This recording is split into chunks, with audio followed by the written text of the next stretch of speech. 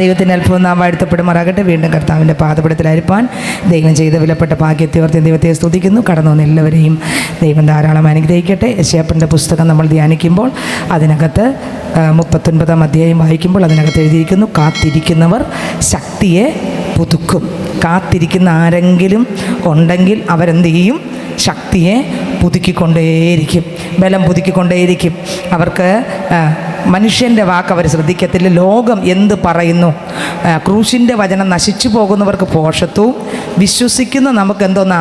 അത് ദൈവശക്തിയാണ്. യെശയ്യാവ് 40-ാം അധ്യായം അതിൻ്റെ 27 മുതൽ വായിക്കുമ്പോൾ അതിനകത്ത് എഴുതിയിരിക്കുന്നു, സ്തോത്രം, 28 മുതൽ വായിക്കുമ്പോൾ, നീ കേട്ടിട്ടില്ലയോ യഹോവ നിത്യദൈവം. വായിച്ച് 28 മുതൽ യെശയ്യാവിൻ്റെ പുസ്തകം അതിൻ്റെ 40-ാം അധ്യായം അതിൻ്റെ 28 മുതൽ വായിച്ചേ. നിനക്കറിഞ്ഞൂടയോ? നീ കേട്ടിട്ടില്ലയോ യഹോവ നിത്യദൈവം? യഹോവ നിത്യദൈവം, ഭൂമിയുടെ അറുതികളെ സൃഷ്ടിച്ചവൻ തന്നെ. ഭൂമിയുടെ അറുതികളെ നിത്യദൈവം എവിടെ സൃഷ്ടിച്ചു? ഭൂമിയുടെ അറുതികളെ സൃഷ്ടിച്ചവൻ തന്നെ. അടുത്ത്, അവൻ ക്ഷീണിക്കുന്നില്ല, തളർന്നു പോകുന്നതുമില്ല. അവന്റെ ബുദ്ധി അപ്രമേയത്ര. ആ കർത്താവിന്റെ ബുദ്ധി എങ്ങനെയുള്ളതാണ്? അപ്രമേയമത്രേ. അടുത്ത്, അവൻ ക്ഷീണിച്ചിരിക്കുന്നവനെ ശക്തി നൽകുന്നു. ബലമില്ലാത്തവനെ ബലം വർദ്ധിപ്പിക്കുന്നു. അടുത്ത്, ബാല്യക്കാർ ക്ഷീണിച്ച് തളർന്നു പോകും. യൗവനക്കാരും ഇടറി വീഴും. എങ്കിലും യഹോവയെ എങ്കിലും കാത്തിരിക്കുന്ന ആരെങ്കിലും ഉണ്ടെങ്കിൽ അവൻ കാറ്റിന് നോക്കത്തില്ല, പിന്നെ കടലിനെ നോക്കത്തില്ല, തിരമാലെ നോക്കത്തില്ല. കാത്തിരിക്കുന്ന ആരെങ്കിലും ഉണ്ടെങ്കിൽ അവൻ പ്രശ്നത്തെ നോക്കത്തില്ല, അവൻ പ്രതിസന്ധിയെ നോക്കത്തില്ല. അവൻ എന്താണോ ദാഹിക്കുന്നത്, എന്താണോ വാഞ്ചിക്കുന്നത്, ആ വാഞ്ച അത് പ്രാപിക്കാൻ വേണ്ടി വിശ്വാസത്തിന്റെ നായകനും പൂർത്തി വരുത്തുന്നവനാകുന്ന യേശുവിനെ നോക്കി അവർ യാത്ര ചെയ്യും. അവർ ഇടത്തോട്ട് നോക്കത്തില്ല, വലത്തോട്ട് നോക്കത്തില്ല. പിന്നെ അവരുടെ ലക്ഷ്യം, അവരുടെ നോട്ടം എൻ്റെ ദൈവത്തിലായിരിക്കും. ആ ദൈവത്തിൽ നിന്ന് അവർ പ്രാപിക്കുകയും ചെയ്യും. അതുകൊണ്ടാണ് 2 രാജാക്കന്മാരുടെ പുസ്തകം, സ്തോത്രം, 2-ാം അധ്യായം വായിക്കുമ്പോൾ ഞാൻ നേരത്തെ ആ പ്രാർത്ഥനയിലൊക്കെ സൂചിപ്പിച്ചു. യഹോവ ഏലിയാവെ ചുഴലിക്കാറ്റിൽ സ്വർഗത്തിലേക്ക് എടുത്തുകൊള്ളുവാൻ ഭാവിച്ചിരിക്കുമ്പോൾ, വായിച്ചേ 2 രാജാക്കന്മാർ 2-ാം അധ്യായം അതിൻ്റെ 1 മുതലുള്ള വാക്യം വായിച്ചേ. യഹോവ ഏലിയാവെ ചുഴലിക്കാറ്റിൽ സ്വർഗത്തിലേക്ക് എടുത്തുകൊള്ളുവാൻ ഭാവിച്ചിരിക്കുമ്പോൾ ഏലിയാവ് എലീശായോടുകൂടെ ഗിൽഗാലിൽ നിന്ന് പുറപ്പെട്ടു. ഏലിയാവ് എലീശായോട്, നീ ഇവിടെ താമസിച്ചു കൊള്ളുക, യഹോവ എന്നെ ബേഥേലിലേക്ക് അയച്ചിരിക്കുന്നെന്ന് പറഞ്ഞു. എലീശ അവനോട്, യഹോവയാണ്, നിന്റെ ജീവനാണ്, ഞാൻ നിന്നെ വിടുകയില്ല എന്ന് പറഞ്ഞു. അങ്ങനെ അവർ ബേഥേലിലേക്ക് പോയി. ഏലിയാവ് മാത്രമല്ല, എലീശയും കൂടെ പോയി. ആമേ, ഏലിയാവേ പ്രവാചകനെ, അങ്ങ് പറഞ്ഞെന്നുണ്ടെന്നും എൻ്റെ ആഗ്രഹം നിൽക്കത്തില്ല, എൻ്റെ കാത്തിരിപ്പ് കുറയത്തില്ല, എൻ്റെ വിശ്വാസം കുറയത്തില്ല, എൻ്റെ ദാഹം കുറയത്തില്ല, എൻ്റെ ഉറപ്പ് കുറയത്തില്ല. എനിക്ക് അങ്ങയോടുള്ള കർത്താവിനുള്ള ആഗ്രഹവും ആവേശവും ദാഹവും ഇഷ്ടവും കുറയത്തില്ല. കാത്തിരിക്കുന്ന എനിക്ക് ശക്തി തരുന്നത് വരെ ആ ശക്തി പ്രാപിച്ചിട്ടേ ഞാൻ സ്വത്രം മാറുകയുള്ളൂ. എനിക്ക് ആ ശക്തിക്ക് വേണ്ടിയാണ്, എനിക്ക് ആ കൃപയ്ക്ക് വേണ്ടിയാണ്, മനുഷ്യൻ്റെ ശക്തിയല്ല, ദൈവത്തിൻ്റെ ശക്തിക്ക് വേണ്ടിയാണ് ഞാൻ കാത്തിരിക്കുന്നത്. അങ്ങനെ കാത്തിരുന്ന ഒരുവനെ തടഞ്ഞു വെക്കാൻ പ്രവാചകന് കഴിഞ്ഞില്ല, മനുഷ്യൻ്റെ വാക്കുകൾ കഴിഞ്ഞില്ല. വീണ്ടും താഴോട്ടുള്ള വാക്യം വായിക്കുമ്പോൾ അതിനകത്ത് എഴുതിയിരിക്കുന്നു, ബേഥേലിലെ പ്രവാചകന്മാർ എലീശയുടെ അടുത്ത് വന്ന് അവനോട്, യഹോവ ഇന്ന് നിന്റെ യജമാനെ നിന്റെ തലക്കൽ നിന്ന് എടുത്തുകൊള്ളും എന്ന് നീ അറിയുന്നുവോ എന്ന് ചോദിച്ചു. അതിനവൻ, അതേ, ഞാൻ അറിയുന്നു. കണ്ടോ, എനിക്കറിയാം, എടുത്തുകൊള്ളുമെന്ന് എനിക്കറിയാം. പക്ഷേ സ്വത്രം നിങ്ങൾ പറഞ്ഞുകൊണ്ടൊന്നും ഞാനിവിടെ നിൽക്കാൻ പോകുന്നില്ല. എനിക്കറിയാം, കാത്തിരിക്കുന്നവന് ദാഹം വർദ്ധിക്കും, കാത്തിരിക്കുന്നവന് സ്തോത്രം ആഗ്രഹം ആവേശം വർദ്ധിക്കും. കാത്തിരിക്കുന്നവൻ്റെ നോട്ടം ദൈവത്തിലേക്കാണ്, കാത്തിരിക്കുന്ന നോട്ടം നെഗറ്റീവിലേക്കല്ല. കാത്തിരിക്കുന്നതിന് നോട്ടം കർത്താവ് കൊടുക്കാമെന്ന് പറഞ്ഞതിനെ പ്രാപിക്കാനാണ്. സ്തോത്രം, നിങ്ങൾക്ക് എത്രയൊക്കെ മനസ്സിലായി? ഈ കർത്താവിലുള്ളത് മുഴുവനും ദൈവത്തിൻ്റെ മക്കൾക്കുള്ളതാണ്. നിങ്ങൾക്ക് മനസ്സിലാകുന്നുണ്ട്? കർത്താവിൽ എന്തൊക്കെ ഉണ്ടോ അതിൻ്റെ എല്ലാ അവകാശം ദൈവത്തിൻ്റെ മക്കൾക്കാണ്. അതുകൊണ്ടാണ് ദോഷികളായ നിങ്ങളുടെ മക്കൾക്ക് നല്ല ദാനങ്ങളെ കൊടുക്കാൻ ആഗ്രഹിക്കുന്നുവെങ്കിൽ പരിശുദ്ധാത്മാവിനെ ചോദിക്കുന്നവർക്ക് എത്ര അധികം കൊടുക്കുമെന്നാണ് വേദപുസ്തകത്തിലെ വാക്യം. അങ്ങനെയെങ്കിൽ യേശുക്രിസ്തു പറയാണ്, മക്കളെ, ആത്മാവിന് വേണ്ടി ദാഹിക്കുന്ന മക്കൾക്ക് ഞാൻ എൻ്റെ ആത്മാവിനെ പകരും. ഹല്ലേലൂയ, സ്തോത്രം. ആത്മാവിനെ അളവ് കൂടാതെ പകരാൻ കഴിവുള്ള ഒരു ദൈവം ഇന്ന് ഈ ആരാധനാലയത്തിനകത്ത് വന്നിട്ടുണ്ട്. ഇന്ന് നമ്മുടെ മേലും ഈ ശക്തിയെ പകരുന്നറിയാമോ? ഈ ശക്തി ഉണ്ടെങ്കിൽ ശത്രുവിൻ്റെ പദ്ധതികൾ പൊളിയും. ആമേൻ. ഈ ശക്തി ഉണ്ടെങ്കിൽ, ദൈവത്തിൻ്റെ ഹിതങ്ങൾ വെളിപ്പെടണമെങ്കിൽ, ക്രിസ്തുവിൽ ജീവിക്കണമെങ്കിൽ ഈ കർത്താവിൻ്റെ ശക്തി ഇല്ലാതെ നമുക്ക് ജീവിക്കാൻ പറ്റുകയില്ല. മാത്രമല്ല, നമ്മുടെ അകത്തെ മനുഷ്യൻ ബലപ്പെടും. പുഷ്ടി വരണമെങ്കിൽ പരിശുദ്ധാത്മ ഓരോ സെക്കൻഡ് നിറഞ്ഞുകൊണ്ടിരിക്കണം. അത് കാത്തിരിക്കുന്നവൻ നെഗറ്റീവ് വാക്ക് കേട്ട് പിന്മാറുകയില്ല. കാത്തിരിക്കുന്നവൻ ലക്ഷ്യസ്ഥാനത്തേക്ക്, കണ്ടോ, അങ്ങോട്ട് പോകുന്ന പോക്കിൽ പലരും നിരുത്സാഹപ്പെടുത്തും, പലരും ഹല്ലേലൂയ പല നെഗറ്റീവുകൾ പറഞ്ഞ് ഒതുക്കാൻ നോക്കും. എന്നാൽ ദൈവത്തെ നോക്കുന്ന മക്കൾ നെഗറ്റീവ് അല്ല നോക്കുന്നത്. സ്വത്ര മനുഷ്യൻ പറയും, നീ കുറച്ച് ദിവസം കൊണ്ട് ഓടിയിട്ടൊന്നും കിട്ടിയില്ലല്ലോ, എത്ര വർഷം കൊണ്ട് നീ പ്രവാചകന്റെ പുറകെ നടക്കുന്നു, നിനക്ക് വല്ലതും കിട്ടിയോ എന്ന് മനുഷ്യൻ ഒരുപക്ഷെ ചോദിച്ചിരിക്കും. അപ്പോൾ എലീശയ്ക്ക് ചിന്തിക്കാനും പറയാനും ഒന്നുണ്ട്, എനിക്ക് തരുന്നതിൻ്റെ ദൈവമത്രേ, സ്വർഗത്തിലെ ദൈവമത്രേ. ഹല്ലേലൂയ. അവൻ്റെ കാത്തിരിപ്പ് സ്വത്രം അവിടെ എവിടെ ചെല്ലുമ്പോൾ തെറിച്ചു പോകുന്നൊരു കാത്തിരിപ്പല്ല, പ്രാപിക്കുന്നത് വരെ പിന്മാറാതെ ഓടുന്ന ഒരു ഓട്ടമായിരുന്നു എലീശയുടെ ഓട്ടം. അടുത്ത വാക്യങ്ങൾ അങ്ങോട്ട് താഴോട്ട് വായിച്ചു പോകുമ്പോൾ എലീശയെ നിരുത്സാഹപ്പെടുത്താൻ എല്ലാവരും നോക്കി, പക്ഷെ നോക്കിയവർ പരാജയപ്പെട്ടു. 5-ാം വാക്യം, യെരിഹോവിലെ പ്രവാചക ശിഷ്യന്മാർ എലീശയുടെ അടുക്കൽ വന്ന് അവനോട്, യഹോവ ഇന്ന് നിന്റെ യജമാനനെ നിന്റെ തലക്കിൽ നിന്ന് എടുത്തുകൊള്ളു എന്ന് നീ അറിയുന്നുവോ എന്ന് ചോദിച്ചു. അതിനവൻ, അതെ ഞാൻ അറിയുന്നു, നിങ്ങൾ മിണ്ടാതിരിപ്പിൻ, നിങ്ങൾ മിണ്ടാതിരി. നിങ്ങൾ പറഞ്ഞെന്ന് പറഞ്ഞുകൊണ്ടൊന്നും ഞാനിവിടെ നിൽക്കത്തില്ല. കാത്തിരിക്കുന്നവൻ ഒരാൾ പറഞ്ഞെന്ന് പറഞ്ഞുകൊണ്ടൊന്നും എണീറ്റ് പോകുന്ന ആളല്ല. സ്തോത്രം. കർത്താവിൻ്റെ അടുക്കൽ ഇരിക്കുന്നവൻ. ആമേൻ. ഇന്ന് ഇതിനകത്തിരിക്കുന്ന ഓരോരുത്തരെ കുറിച്ച് ദൈവത്തിൻ്റെ ഉദ്ദേശമുണ്ട്, ദൈവത്തിൻ്റെ പദ്ധതിയുണ്ട്. കാത്തിരിക്കുന്ന ഒരു പൈതലിനകത്ത് ഉണ്ടോ, ആ പൈതൽ ശക്തിയും പ്രാപിച്ചിട്ടേ പോകൂ, ബലവും പ്രാപിച്ചിട്ടേ പോകൂ, കൃപയും പ്രാപിച്ചിട്ടേ പോകൂ, അധികാരം പ്രാപിച്ചിട്ടേ പോകൂ, അഭിഷേകവും പ്രാപിച്ചിട്ടേ പോകൂ. അവൻ പറഞ്ഞു, നിങ്ങൾ മിണ്ടാതിരിപ്പീൻ എന്ന് പറഞ്ഞു. എലി അവനോട്, നീ ഇവിടെ താമസിച്ചു കൊള്ളുക, യഹോവ എന്നെ യോർദാങ്കലേക്ക് അയച്ചിരിക്കുന്നു എന്ന് പറഞ്ഞു. അതിനവൻ, യഹോവയാണ് നിന്റെ ജീവനാണ്, ഞാൻ നിന്നെ വിടുകയില്ല. യഹോവയാണ് നിന്നെ വിടത്തില്ല. കണ്ടോ, ഏലി അവനെ വിടുകയില്ല. കണ്ടോ, നിന്റെ ജീവനാണ് വിടത്തില്ല എന്ന് പറഞ്ഞു. അങ്ങനെ അവർ ഇരുവരും കൂടെ പോയി. പ്രവാചക ശിഷ്യന്മാരിൽ 50 പേർ ചെന്ന് അവർക്കെതിരെ ദൂരത്ത് നിന്നു. അവർ ഇരുവരും യോർദാൻ അരികെ നിന്നു. കണ്ടോ, അപ്പോൾ ഏലിയാവ് തൻ്റെ പുതപ്പെടുത്ത് മടക്കി വെള്ളത്തെ അടിച്ചത് ആര് കണ്ടോണ്ടിരിക്കുക? എലീശ കണ്ടോണ്ടിരിക്കുകയാണ്. പുതപ്പെടുത്തതും മടക്കിയതും അടിച്ചതും എല്ലാം എലീശ കണ്ടുകൊണ്ടിരിക്കുക.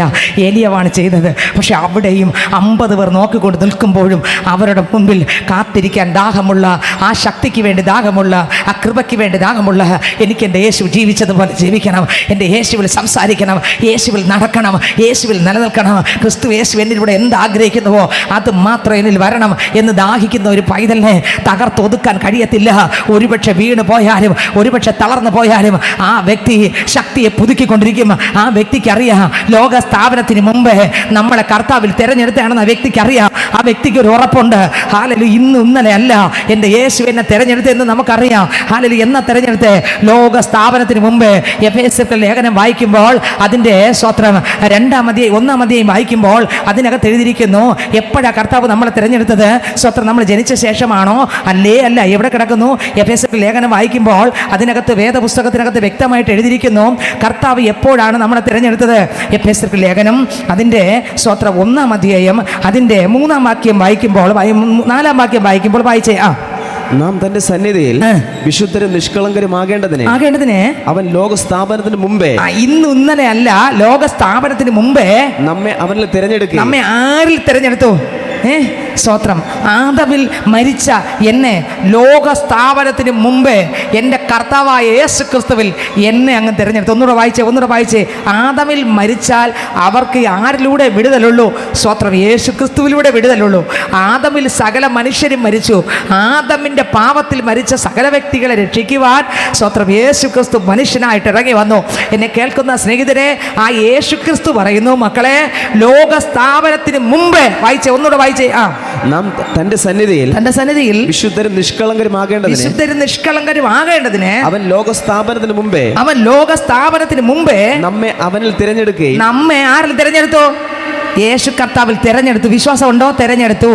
അവനിൽ തിരഞ്ഞെടുത്തു.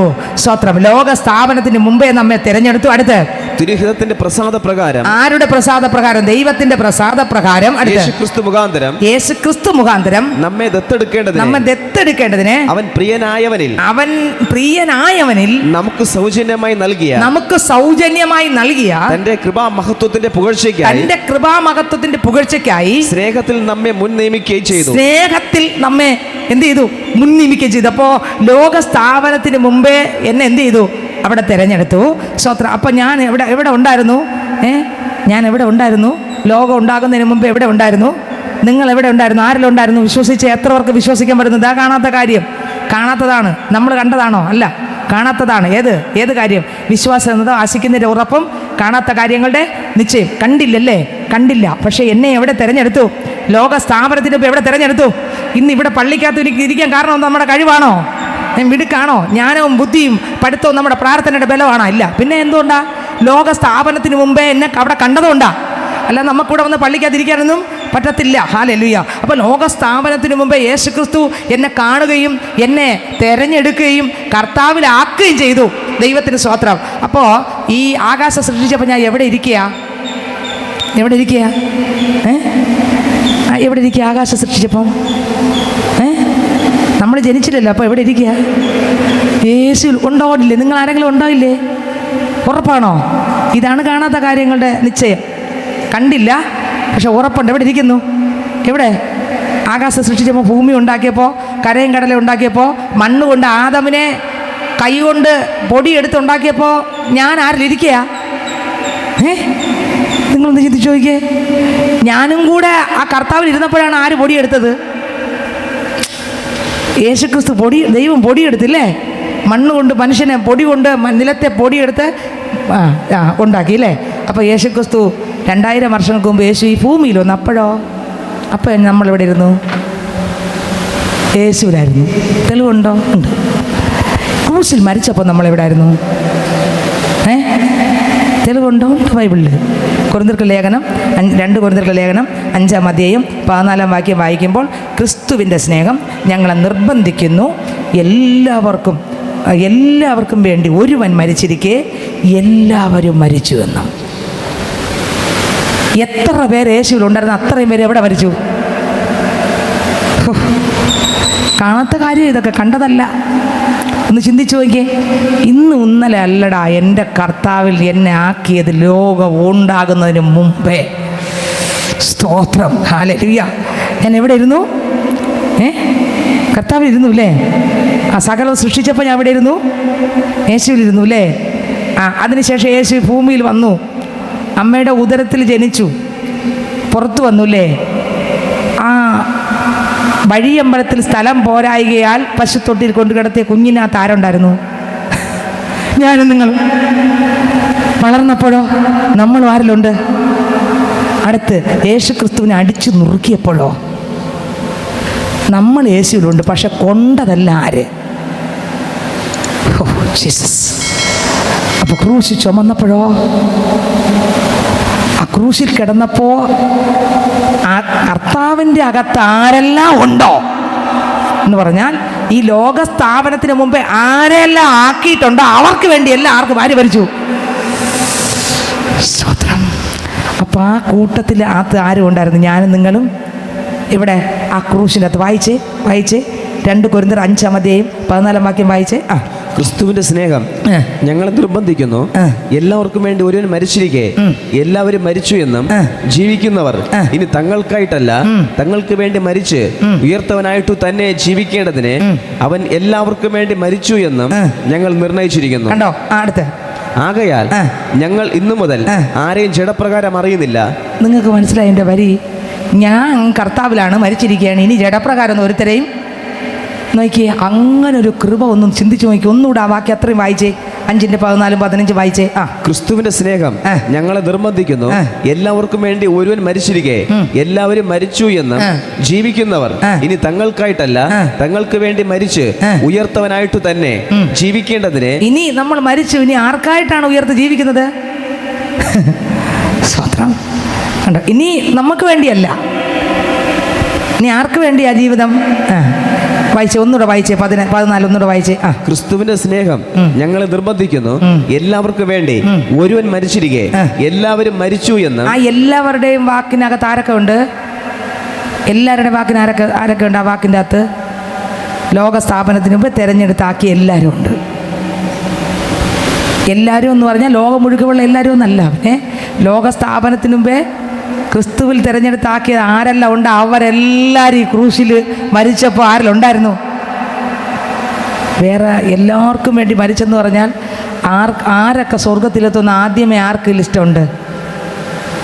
അതനുസരിച്ചേ അവിടെ കർത്താവ് മരിച്ചപ്പോൾ അത്രയും പേരും അവിടെ ഉണ്ടായിരുന്നു.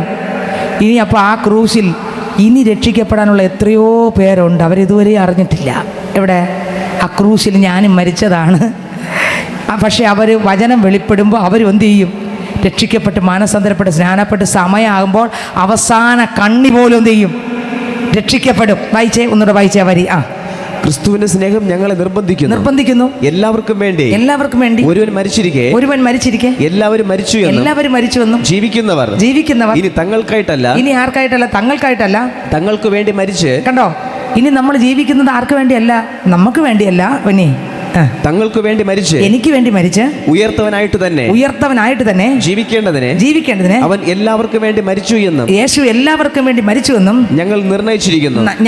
ഞങ്ങൾക്ക് ഉറപ്പുണ്ട്. അടുത്ത ആകയാൽ ഞങ്ങൾ ഇന്നു മുതൽ ആരെയും ജഡപ്രകാരം അറിയുന്നില്ല.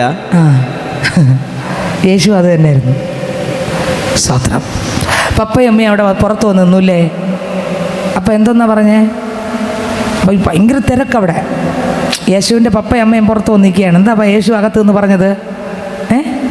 പിതാവിൻ്റെ ഇഷ്ടം ചെയ്യുന്നവരാണ് എൻ്റെ അപ്പനും എൻ്റെ അമ്മയും എൻ്റെ സഹോദരങ്ങളും എല്ലാം പിതാവിൻ്റെ ഇഷ്ടം ചെയ്യുന്നവരാണ്, വേറെ ആരുമല്ലെന്ന് പറഞ്ഞില്ലേ? സ്വത്രം. അപ്പോൾ ഇവിടെ പറയുന്നു, ഞങ്ങൾ ഇനി ജീവിക്കേണ്ടത് ആർക്ക് വേണ്ടി? എനിക്ക് വേണ്ടി മരിച്ചുയർത്തെഴുന്നേറ്റ യേശുവിനായിട്ട്. ഹല്ലേലൂയ. ഇനി വേറെ ആക്കുമല്ല. കാരണം ആ ക്രൂശിൽ 2000 വർഷങ്ങൾക്ക് മുമ്പ് മരിച്ചപ്പോൾ ഞാനും ഉണ്ടായിരുന്നു. കർത്തൃമേശയ്ക്ക് ഇതാണ് പ്രസ്താവിക്കുന്നത്. ആ ക്രൂശിൽ ഞാനും ഉണ്ടായിരുന്നു. യേശു എനിക്ക് വേണ്ടി തകർന്നു, സകലതും നിവർത്തീകരിച്ചു.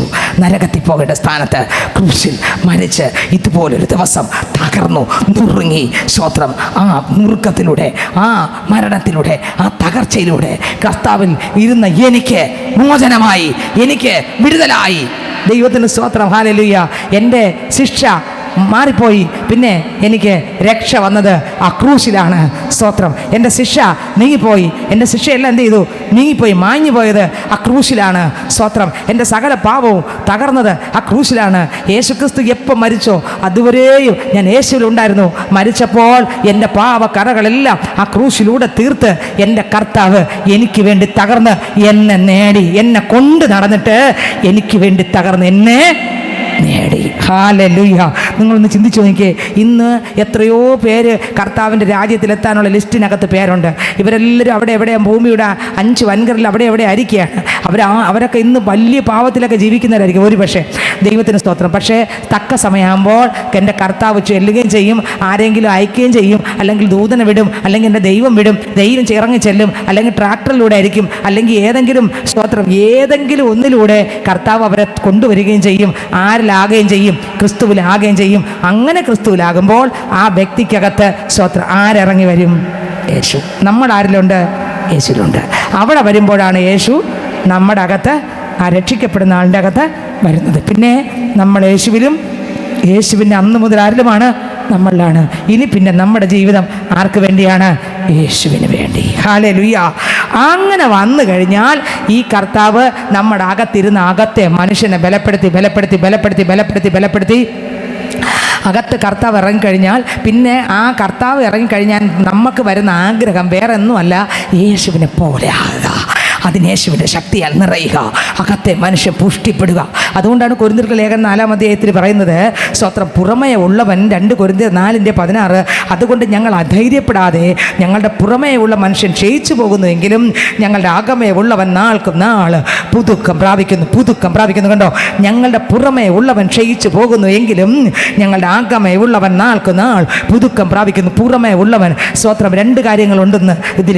സ്വത്രം. ഹല്ലേലൂയ. ഒരുപക്ഷെ പാപ മനുഷ്യൻ, ഒരുപക്ഷെ ജഡ മനുഷ്യൻ ആത്മാവിൻ്റെ നിറവ് വരും തോറും, അകത്തെ മനുഷ്യൻ ബലപ്പെടും തോറും പുറത്തുള്ള സകലതും മരിച്ചുകൊണ്ടേയിരിക്കും. ഹല്ലേലൂയ. ആമേൻ. ദൈവത്തിന് രണ്ടർത്ഥത്തിലുണ്ട്. ഒന്നാണ് ഞാൻ ഇപ്പോൾ പറഞ്ഞത്.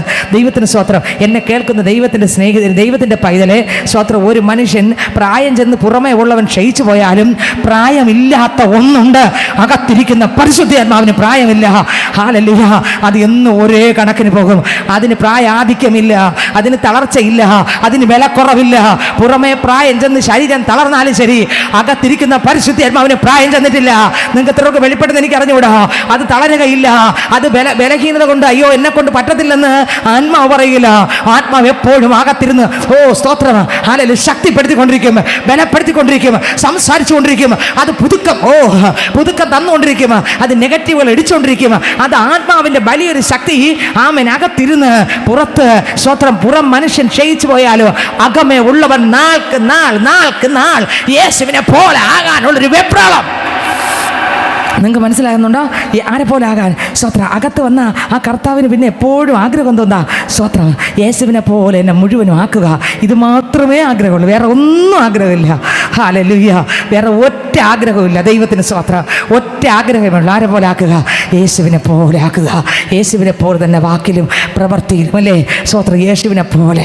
അതിന് പ്രാണത്യാഗത്തോളം പാവത്തോട് എതിർക്കാൻ ത്രാണിയില്ല. പക്ഷേ പുറമേ ഉള്ള മനുഷ്യൻ ക്ഷയിച്ചാലും അകത്തിരിക്കുന്ന മനുഷ്യൻ ത്രാണിയുണ്ട്, ശക്തിയുണ്ട്. അകത്തിരിക്കുന്ന ദൈവത്തിന് ശക്തിയുണ്ട്. നമ്മുടെ പുറത്തെ തകർത്ത് മാറ്റിയിട്ട് ഓരോ സെക്കൻഡും ആത്മാവിൻ്റെ പുതുക്കത്തോടെ. കണ്ടോ? പ്രായം വിഷയമല്ല. പുറമേ ഉള്ളവൻ ക്ഷയിച്ച്. വായിച്ചേ സ്തോത്രം. കൊരിന്ത്യർക്ക് ലേഖനം 4:16 വായിച്ചേ. അതുകൊണ്ട് ഞങ്ങൾ അധൈര്യപ്പെടാതെ ഞങ്ങളുടെ പുറമേ ഉള്ള മനുഷ്യൻ ക്ഷയിച്ചു പോകുന്നു. എങ്കിലും ഞങ്ങളുടെ അകമേ ഉള്ളവൻ, കണ്ടോ, ഞങ്ങളുടെ അകമേ ഉള്ളവൻ നാൾക്ക് നാൾ പുതുക്കം പ്രാപിക്കുന്നു. ഏതൊക്കെ പ്രയാസത്തിലൂടെയും പ്രായം ഓരോ ദിവസവും കഴിയും തോറും മനുഷ്യൻ പ്രായം കൂടിക്കൊണ്ട് ഇരിക്കുകയാണ്. നമുക്ക് പ്രായം കൂടും തോറും നമ്മൾ പ്രായം കുറയ്ക്കാൻ വേണ്ടി മരുന്ന് ചെയ്തുകൊണ്ട് ഇരിക്കുകയാണ്. ദൈവത്തിന് സ്തോത്രം. അപ്പം പ്രായം ഓരോ ദിവസം കൂടിക്കൊണ്ട് ഇരിക്കുകയാണ്. പക്ഷെ മനുഷ്യൻ മരുന്ന് ചെയ്തുകൊണ്ടും ഇരിക്കുകയാണ്. പക്ഷെ അതിനകത്ത് വേറെ ഒന്നും നോക്കാതെ ചിലരുണ്ട്. സ്തോത്രം. ഹല്ലേലൂയ. എന്തുകൊണ്ട്? അവർ പറയുന്നുണ്ട്, എൻ്റെ അകത്ത് ഒരുവനുണ്ട്, അവന് പ്രായമില്ല, അവന് വയസ്സില്ല, അവൻ്റെ ശക്തി കുറയത്തില്ല, അവൻ്റെ ബലം കുറയത്തില്ല, അവൻ ശുഷ്കിക്കത്തില്ല, അവന് സ്തോത്രം മന്ദത വരത്തില്ല, മടി വരികയില്ല. അത് വേറെ ആരുമല്ല, ലോക സ്ഥാപനത്തിന് മുമ്പ് നമ്മെ തിരഞ്ഞെടുത്ത് ആക്കിയ എൻ്റെ യേശു അത്രേ. ഹല്ലേലൂയ. ആ ക്രിസ്തു, അവൻ്റെ ആ കർത്താവിൻ്റെ ശക്തി സ്തോത്രം ഒരിക്കലും കുറയുന്ന ശക്തിയല്ല.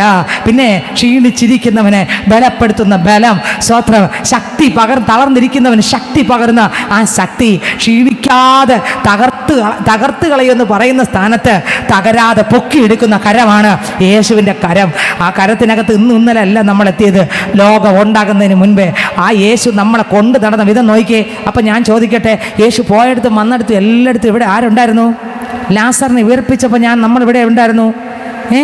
യേശു ക്രിസ്തു ലാസറിനെ ഉയർപ്പിച്ചപ്പോൾ യായിറോസിൻ്റെ വീട്ടിനകത്ത് പോയപ്പോൾ, സ്തോത്രം, ബെഥസ്ദാ കുളത്തിൻ്റെ കരയിൽ നിന്നപ്പോൾ യേശു ക്രിസ്തു സ്നാനപ്പെട്ടപ്പോൾ നമ്മളെവിടെ? യേശു ക്രിസ്തു സ്നാനപ്പെട്ടപ്പോൾ നമ്മളെവിടെ? നമ്മൾ യേശുവിൻ്റെ അകത്തുണ്ടായിരുന്നു. കണ്ടോ? ദൈവത്തിന് സ്തോത്രം. യേശു മരിച്ചപ്പോൾ, സ്തോത്രം, യേശു ക്രിസ്തു തകർന്നപ്പോൾ എത്ര പാവികൾക്ക് വേണ്ടിയാണോ യേശു ക്രിസ്തു തകർന്നത്, അത്രയും പാവികളും അത്രയും മനുഷ്യരും ആ യേശുവിൽ ഉണ്ടായിരുന്നു. യേശു ഹല്ലേലൂയ തകർന്നു, തരിപ്പണമായി, ഉഴവ് ചാലുപോലെ കീറപ്പെട്ടപ്പോൾ, ഹല്ലേലൂയ, ദൈവത്തിന് സ്തോത്രം. യേശു ക്രിസ്തുവിനെ അറസ്റ്റ് ചെയ്യുമ്പോൾ യേശുവോട് ഒരു വാക്ക് പറഞ്ഞു, അല്ലേ? അവർ പൊയ്ക്കൊള്ളട്ടെ, ഞാൻ അവർക്ക് വേണ്ടി ശിക്ഷ ഏറ്റെടുത്തോളാം. അപ്പോൾ കർത്താവായ യേശു ക്രിസ്തു ഒരു വ്യക്തിയുടെ അകത്ത് വന്നാൽ പുറമേ ഉള്ളവൻ ക്ഷയിച്ചു പോയാലും അകമേ ഉള്ളവൻ നാൾക്ക് നാൾ ഒന്നുകൂടെ വായിച്ചേ. ഞങ്ങളുടെ പുറമേയുള്ള മനുഷ്യൻ ക്ഷയിച്ചു പോകുന്നു, എങ്കിലും ഞങ്ങളുടെ അകമേ ഉള്ളവൻ നാൾക്ക് നാൾ പുതുക്കം പ്രാപിക്കുന്നു. അടുത്ത് നൊടി നേരത്തേക്കുള്ള ഞങ്ങളുടെ ലഘുവായ കഷ്ടം. കണ്ടോ? അകത്ത് എൻ്റെ അപ്പൻ നിറയാൻ തുടങ്ങി കഴിഞ്ഞാൽ എപ്പോഴും നൊടി നേരം എന്ന് തോന്നി. ഇവിടെയുള്ള കാര്യങ്ങളെല്ലാം നൊടി നേരം കൊണ്ട് നീങ്ങും. നൊടി നേരത്തേക്കുള്ള ഞങ്ങളുടെ ലഘുവായ കഷ്ടം. അപ്പോൾ കഷ്ടം എങ്ങനെയുള്ളത്? ഭയങ്കര കഷ്ടത്തിലൂടെയാണ് അപ്പോസ്തലൻ പോകുന്നത്. അപ്പോൾ പറഞ്ഞു ലഘുവായ കഷ്ടം. എന്താണ് അതിൻ്റെ അർത്ഥം? ഇവിടെ നരകത്തിൽ പോയാലുള്ള കഷ്ടം അയ്യോ പറഞ്ഞറിയിക്കാൻ പറ്റത്തില്ല. ഇവിടുത്തെ കഷ്ടം എന്താണ്?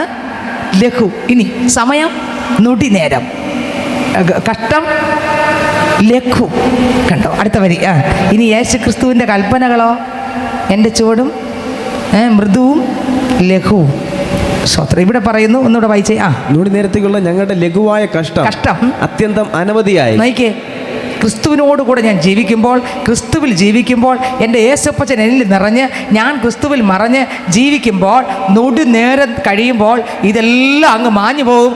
ഈ അർദ്ധരാത്രി കഴിയും, ഒരു പ്രഭാതമാകും, ഞാൻ എൻ്റെ അപ്പൻ്റെ അടുക്കലെത്തും. കണ്ടോ? സ്തോത്രം. ഈ പ്രതിസന്ധിയും ഈ കാറ്റും ഈ പ്രശ്നങ്ങളെല്ലാം നീങ്ങിപ്പോകും. ഞാൻ എൻ്റെ പ്രാണപ്രിയൻ്റെ അടുക്കൽ എന്ത് ചെയ്യും?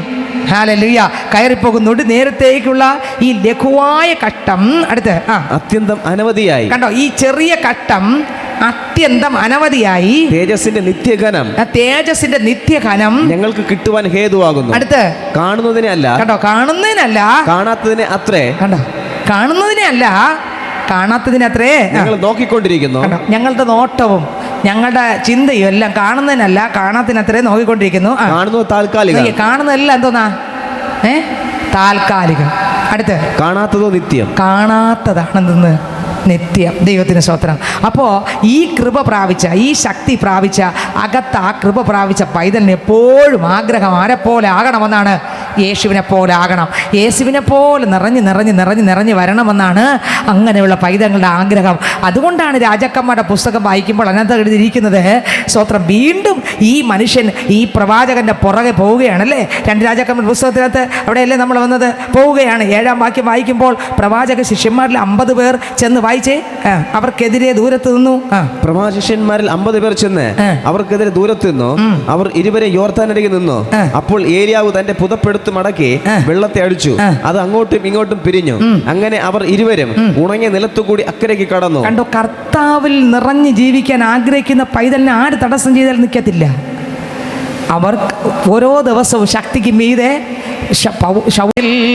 കാത്തിരിക്കും വിശുദ്ധരെല്ലാം കഴുകനെ പോലെ ഗമിക്കും. കാത്തിരിക്കും വിശുദ്ധരെല്ലാം കഴുകനെ പോലെ ഗമിക്കും.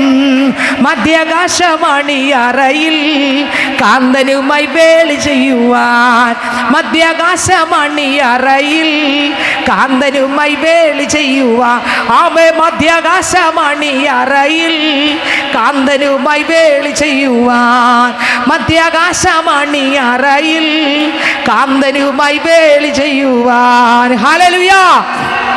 നിങ്ങൾക്ക് എത്രയൊക്കെ മനസ്സിലായെന്ന് എനിക്ക് അറിഞ്ഞൂടാ. ആരംഭം മുതൽ പറഞ്ഞ വരികൾ നിങ്ങൾക്ക് ഓർമ്മയുണ്ടെന്ന് എനിക്ക് അറിഞ്ഞൂടാ. ലോക സ്ഥാപനത്തിന് മുമ്പേ എന്നെയും നിങ്ങളെയും യേശുക്രിസ്തു, സ്തോത്രം, യേശുക്രിസ്തുവിൽ നമ്മളെ പിതാവ് എന്ത് ചെയ്തു? തിരഞ്ഞെടുത്തു.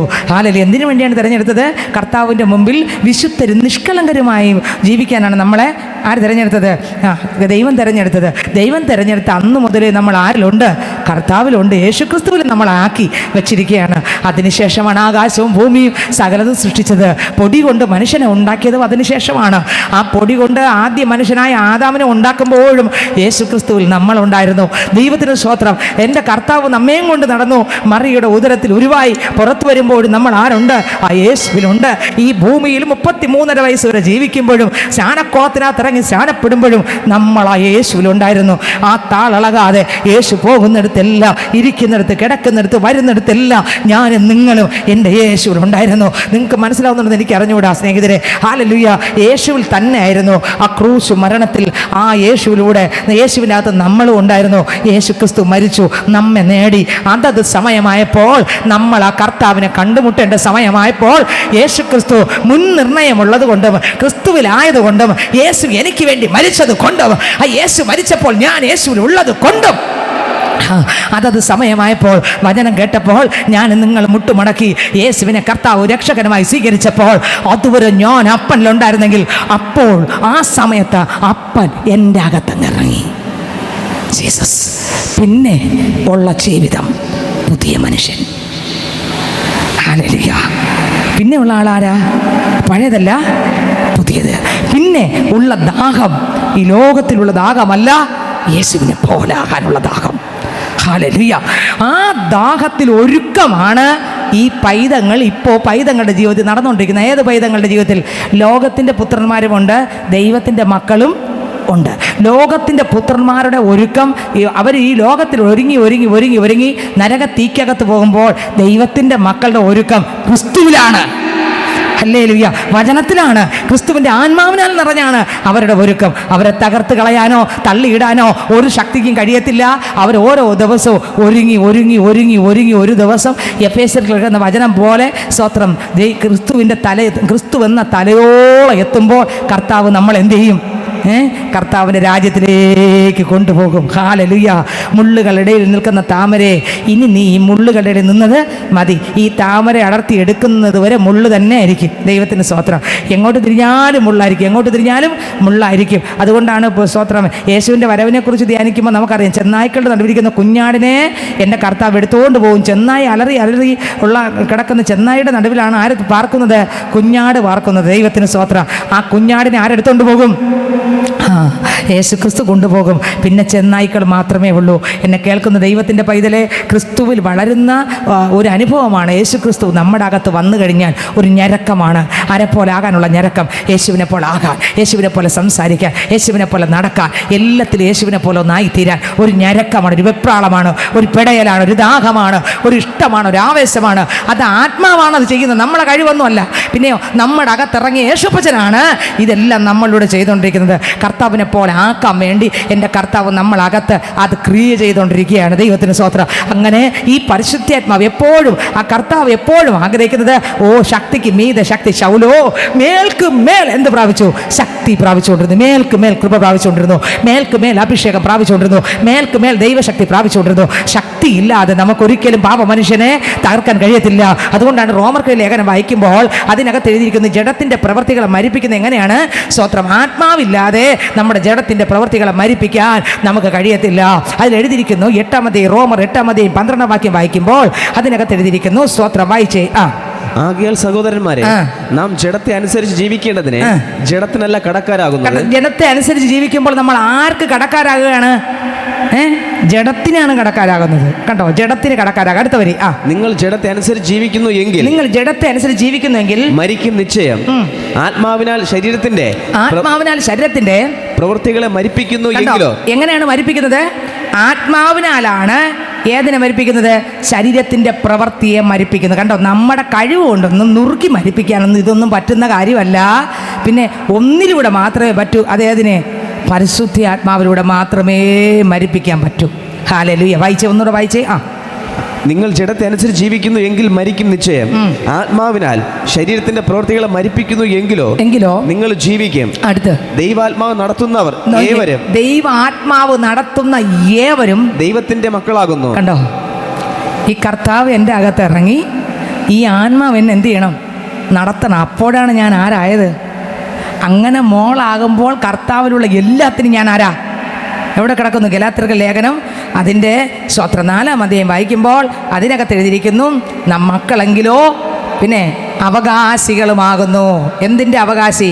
എൻ്റെ കർത്താവിലുള്ള എല്ലാത്തിൻ്റെ അവകാശം ആർക്കൊണ്ട്? നമുക്ക് ദൈവം തന്നിരിക്കുകയാണ്. ദൈവത്തിന് സ്തോത്രം. നാം മക്കളെങ്കിലോ അവകാശികളുമാകുന്നു. കർത്താവിനുള്ളത് എല്ലാത്തിനും നമുക്കെന്തുണ്ട്? സ്നേഹിതരെ, 4-ന്റെ 1-ാം വചനം മുതൽ വായിക്കുമ്പോൾ അതിനകത്തുണ്ട്. വായിച്ചേ.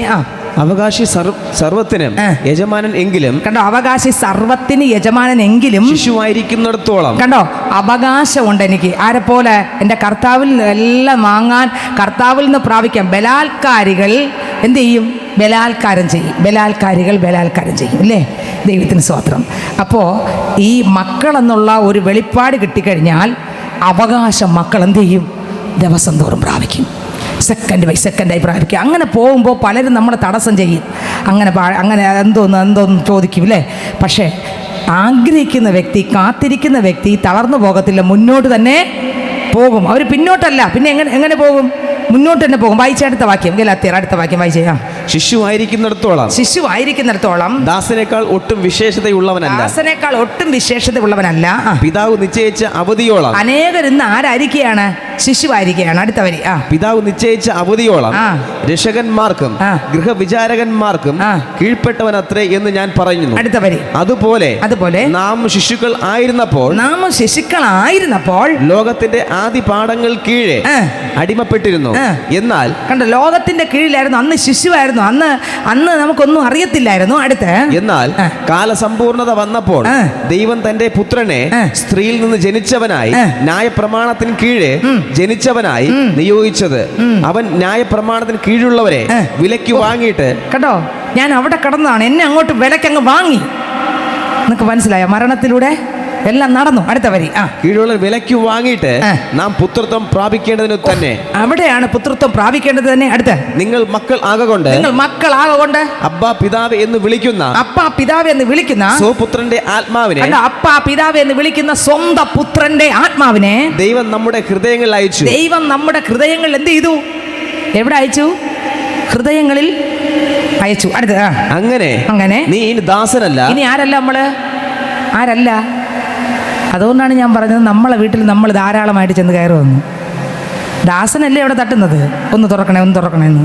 പക്ഷെ പുത്രനെങ്കിലോ തട്ടണ്ട, നേരെ നമ്മളെ വീട്ടിനകത്ത് അങ്ങ് കയറി ചെല്ലുന്നിട്ട് പറയും സ്തോത്രം. അവിടെ ആർക്കും തടഞ്ഞു നിർത്താനും പറ്റൂല, ഒന്നിനും പറ്റുകയില്ല. വായിച്ചേ ഒന്നുകൂടെ വരി. അങ്ങനെ നീ ദാസനല്ല, പുത്രനത്രേ. പുത്രനെങ്കിലോ ദൈവഹിതത്തിൽ അവകാശിയുമാകുന്നു. പുത്രനെങ്കിൽ എല്ലാവർക്കും അല്ല, പുത്രനാണെങ്കിൽ ദൈവഹിതപ്രകാരം ആരാണ്? അവകാശിയും ആണ്. 2 പത്രോസിൻ്റെ ലേഖനം വായിക്കുമ്പോൾ അതിനകത്ത് അപ്പോസ്തലനാകുന്ന പൗലോസ് എഴുതിയിരിക്കുകയാണ്. 3-ാം വാക്യം മുതൽ വായിച്ച്. തന്റെ മഹത്വത്താലും വീര്യത്താലും നമ്മെ വിളിച്ചവന്റെ പരിജ്ഞാനത്താൽ അവന്റെ ദിവ്യശക്തി, തന്റെ മഹത്വത്താലും വീര്യത്താലും നമ്മെ വിളിച്ചവന്റെ പരിജ്ഞാനത്താൽ അവന്റെ ദിവ്യശക്തി, ജീവനും ഭക്തിക്കും വേണ്ടിയതൊക്കെയും, വേണ്ടിയത് ഒക്കെയും നമുക്ക് ദാനം ചെയ്തിരിക്കുന്നു. മനസ്സിലാകുന്നുണ്ട്? അപ്പച്ചൻ വന്നു കഴിഞ്ഞാൽ ഓരോരോ മാറ്റം വരും. ജീവനും ഭക്തിക്കും വേണ്ടിയതെല്ലാം നമുക്ക് നൽകിയിരിക്കുന്നുവല്ലോ. അടുത്ത് അവയാൽ അവൻ നമുക്ക് വിലയേറിയതും അതിമഹത്വമായ വാഗ്ദത്തങ്ങൾ നൽകിയിരിക്കുന്നു. കണ്ടോ? ഇതൊക്കെ പ്രാപിച്ചെടുക്ക. അടുത്തവരി. ഇവയാൽ നിങ്ങൾ ലോകത്തിൽ മോഹത്താലുള്ള നാശം വിട്ടൊഴിഞ്ഞിട്ട്, ലോകത്തിന്റെ മോഹത്താലുള്ള എന്ത് വിട്ടൊഴിഞ്ഞിട്ട്? നാശം വിട്ടൊഴിഞ്ഞിട്ട്. അടുത്ത ദിവ്യ സ്വഭാവത്തിന് കൂട്ടാളികളായി തീരുവീൻ. എന്ത് സ്വഭാവത്തിന്? കൂട്ടാളികളായി തീരുവാൻ ഇടവരുന്നു. അടുത്ത് അത് നിമിത്തം തന്നെ നിങ്ങൾ സകല ഉത്സാഹവും കഴിച്ചു. അടുത്ത് ഉത്സാഹവും കഴിച്ച് നിങ്ങളുടെ വിശ്വാസത്തോട് യേശുപ്പച്ച അകത്ത് വന്നു കഴിഞ്ഞാൽ നമുക്ക് ഓരോരോ കൃപകളായിട്ട് ദൈവം എന്ത് ചെയ്യും? അവരുടെ ആഗ്രഹവും ഓട്ടവും അവരുടെ ദാഹവും എല്ലാം അപ്പച്ചൻ നിറഞ്ഞ് അപ്പച്ചനുള്ളതെല്ലാം പ്രാപിക്കണം. വാഗ്ദത്തങ്ങൾ പ്രാപിക്കണം, അവകാശങ്ങൾ പ്രാപിക്കണം. ഞാൻ മകളാണ്. അങ്ങനെയാണെങ്കിൽ എൻ്റെ ഇടത്ത് പല നെഗറ്റീവ് പറയും, വലത്ത് നെഗറ്റീവ് പറയും. പലരും എന്നോട് പറയും അങ്ങനെയല്ല, ഇങ്ങനെയാണ്, അപ്പടി അല്ല, ഇല്ല. പൈതൽ മാറത്തില്ല. പൈതൽ പറയും ഞാൻ എൻ്റെ അപ്പനെ കാണുന്നു, അപ്പൻ തന്ന വാഗ്ദത്തങ്ങൾ പൈതൽ കണ്ടുകൊണ്ടിരിക്കും. ആ പൈതൽ ഓരോന്നും പ്രാപിക്കാൻ കർത്താവിൻ്റെ മുൻപിൽ തന്നെ ഇരിക്കും. സ്വോത്രം നിരുത്സാഹപ്പെടുത്തുന്ന വാക്കുകൾ ആ പൈതൽ ശ്രദ്ധിക്കുകയില്ല. ആ പൈതൽ നിങ്ങൾ മിണ്ടാതിരിപ്പീൻ. അടുത്ത വരി വായിച്ചേ. വിശ്വാസത്തോട് വീര്യവും. നോക്കിയേ, അവർക്ക് വിശ്വാസം വരും. വിശ്വാസത്തോട് അടുത്ത് എന്ത് വരും? വീര്യം വരും. അടുത്ത് വീര്യത്തോട് പരിജ്ഞാനവും. വീര്യത്തോട് എന്ത് വരും? പരിജ്ഞാനം വരും. അടുത്ത് പരിജ്ഞാനത്തോട് ഇന്ദ്രിയജയവും. കണ്ടോ? ഈ വീര്യവും പരിജ്ഞാനവും കഴിയുമ്പോഴാണ് എന്ത് വരുന്നത്? ഇന്ദ്രിയ ജയം. 5 ഇന്ദ്രിയങ്ങളും ഉണ്ടോ എവിടെ കൂടെ എല്ലാം വന്നിട്ടാണ് വരണം. നോക്കിയേ, അതുവരെയും 5 ഇന്ദ്രിയങ്ങളും പൂർണ്ണജയം പ്രാപിക്കില്ല. ഏതെങ്കിലും ഭാഗത്തൊക്കെ ഏതെങ്കിലും തൊട്ടാലൊക്കെ ചലിക്കും. മനസ്സിലായല്ലോ? 5 ഇന്ദ്രിയങ്ങളിൽ കണ്ണ്, മൂക്ക്, നാക്ക്, തൊക്ക്, ഏതിലേക്ക് എന്തെങ്കിലുമൊക്കെ ചലനമൊക്കെ ഉണ്ടാകും. പക്ഷേ ഒന്നൊന്നായിട്ട് വന്ന് നിറഞ്ഞു കഴിഞ്ഞാൽ അടുത്ത് വരുന്ന എന്തോന്നാ? ഇന്ദ്രിയത്തിൻ്റെ ജയമാണ്.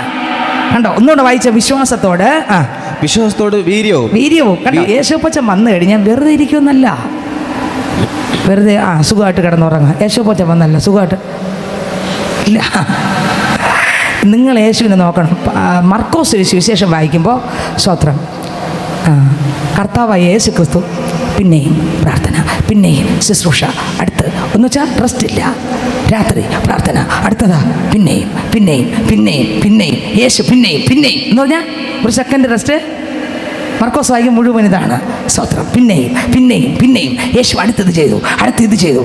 കാരണം റെസ്റ്റ് ഇല്ല. അപ്പോൾ യേശുവിൻ്റെ അകത്ത് വന്നാലോ സുഖമായിട്ട് ആയാസിക്കകത്ത് ഇങ്ങനെ ഉറങ്ങുന്നതാണ്. ഇല്ല. സ്തോത്രം. നമുക്ക് മനസ്സിലായോ? ഒന്നുമല്ല. നമ്മൾ വിചാരിക്കും ഇത്തിരി യേശു വന്നാൽ ഇത്തിരി സമാനം മൂടിപ്പോയിച്ച് കിടന്നുറങ്ങി. അല്ല, യേശു വന്നാൽ യേശു എങ്ങനെയാണോ അതായിരിക്കും ഇവിടെ. യേശു അകത്ത് നിറഞ്ഞുകൊണ്ടേയിരിക്കും. ഒന്നൊന്നാ സ്വഭാവം നിറഞ്ഞുകൊണ്ടേ ഇരിക്കും. അപ്പോൾ ആരും ഒന്നും പ്രസ് ചെയ്യണ്ട. അല്ലാതെ തന്നെ കർത്താവിലുള്ളതെല്ലാം അവരിൽ ഓട്ടോമാറ്റിക്കലായിട്ട് വന്ന് ഒരാളും പ്രസ് ചെയ്യണ്ട. നിങ്ങൾ ഇത്ര സമയം പ്രസ് ചെയ്യണ്ട, അവർ പ്രാർത്ഥിച്ചോളും. ഉണ്ടോ? കാരണം നിറഞ്ഞുകൊണ്ടിരിക്കുകയാണ്. ആരും തള്ളണ്ട ഒന്നുണ്ട്. ഞാൻ പറഞ്ഞില്ലേ, യേശുപ്പച്ചൻ നിറയാൻ തുടങ്ങി കഴിഞ്ഞ് ആൾ മാറി തുടങ്ങി. ആരും പിന്നെ തള്ളണ്ട ഒന്നുണ്ട്. അതാണ് വ്യത്യാസം എന്ന് പറയുന്നത്. ഹാലലി വായിച്ചേ. വിശ്വാസത്തോട് വീര്യവും വീര്യത്തോട് പരിജ്ഞാനവും പരിജ്ഞാനത്തോട് ഇന്ദ്രിയജയവും ഇന്ദ്രിയജയത്തോട് സ്ഥിരതയും എന്ത് വരും? സ്ഥിരതയും. അടുത്ത സ്ഥിരതയോട് ഭക്തിയും എന്ത് വരും?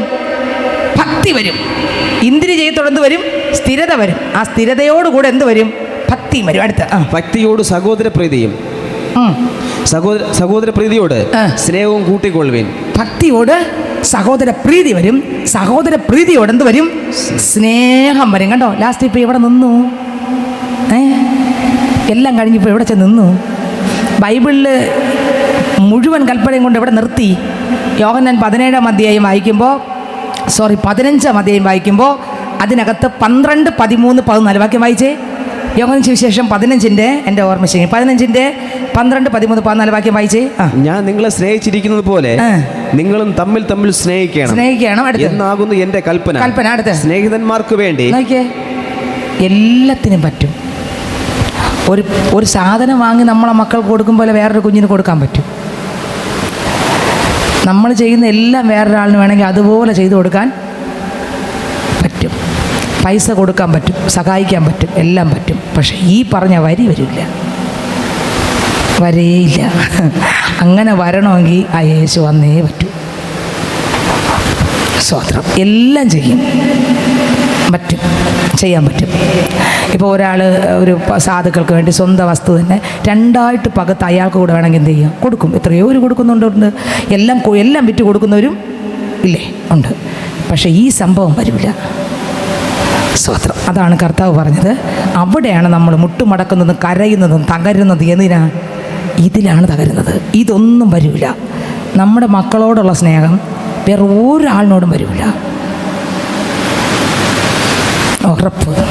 എങ്ങനെയൊക്കെ നോക്കിയാലും വരില്ല. ഇനി വരണമെങ്കിൽ ആ ഭാഗത്ത് യേശു നിറഞ്ഞ് കുറേശ്ശെ വരൂ. അത് ഒരുമിച്ചൊന്നും വരില്ല. സ്തോത്രം. നമ്മുടെ എല്ലാവരിലും വരട്ടെ. നിങ്ങൾക്ക് മനസ്സിലായോ? ഇവിടെ കൊണ്ട് കൽപ്പന നിർത്തി. ഒന്നുകൂടെ വായിച്ച ആ വരി കണ്ടോ? പഴയ നിയമത്തിൽ ഇതെല്ലാം കൊണ്ട് നിർത്തിയിരിക്കുന്ന നോക്കിയേ. ഞാൻ നിങ്ങളെ സ്നേഹിച്ചിരിക്കുന്നത് പോലെ നിങ്ങളും തമ്മിൽ സ്നേഹിക്കണം എന്നാകുന്നു എൻ്റെ കൽപ്പന. അടുത്ത് സ്നേഹിതന്മാർക്ക് വേണ്ടി നോക്കിയേ. ഇനി സ്നേഹം ഉണ്ടോ എന്ന് എന്നോട് ചോദിക്കുകയാണ്. നിന്നെ പോലെ തന്നെ സ്നേഹിക്കണമെന്നൊക്കെ കർത്താവ് പറഞ്ഞു. പക്ഷേ എന്നിൽ സ്നേഹമുണ്ടോ എന്ന് അറിയുന്നത് എവിടെയാണ്? മരണത്തിലൂടെ. ആർക്ക് വേണ്ടി മരിക്കുമ്പോൾ? മറ്റൊരുത്തിന് വേണ്ടി എനിക്ക് മരിക്കാനുള്ള സ്നേഹമുണ്ടോ? ഇല്ല. നമ്മളോട് രക്ഷപ്പെടും. ശരിയാണോ തെറ്റാണോ? ഞാൻ പറഞ്ഞത് എത്രത്തോളം ശരിയാണ് തെറ്റാണ് നിങ്ങൾ ചിന്തിച്ച് നോക്കിയേ. ഒരു പ്രശ്നം വന്നാൽ പോലും നമ്മൾ ഓടും. പിന്നെയാണ് മരിക്കുന്നത്. പ്രശ്നമാണ്. പോലീസ് എന്ന് വെച്ചോടെ അപ്പുറത്തെ വീട്ടിലൊരു പോലീസ് വന്ന് പിടിക്കാൻ ഒരു വണ്ടി പോലീസ് അങ്ങ് ഇറങ്ങി. നമ്മൾ മറു സൈഡിൽ കൂടെ ഇറങ്ങി എന്ത് ചെയ്യും? നമ്മൾ അതിനകത്ത് നിൽക്കണമെന്ന് വെച്ചാൽ സ്നേഹമാണ് യേശു പറയുന്നത്. എന്തോന്നാ സ്നേഹം? കൂട്ടുകാരന് വേണ്ടി. ആ വചനം ഒന്നുകൂടെ വായിച്ചേ, നമുക്കുണ്ടോ നോക്കട്ടെ. വായിച്ചേ.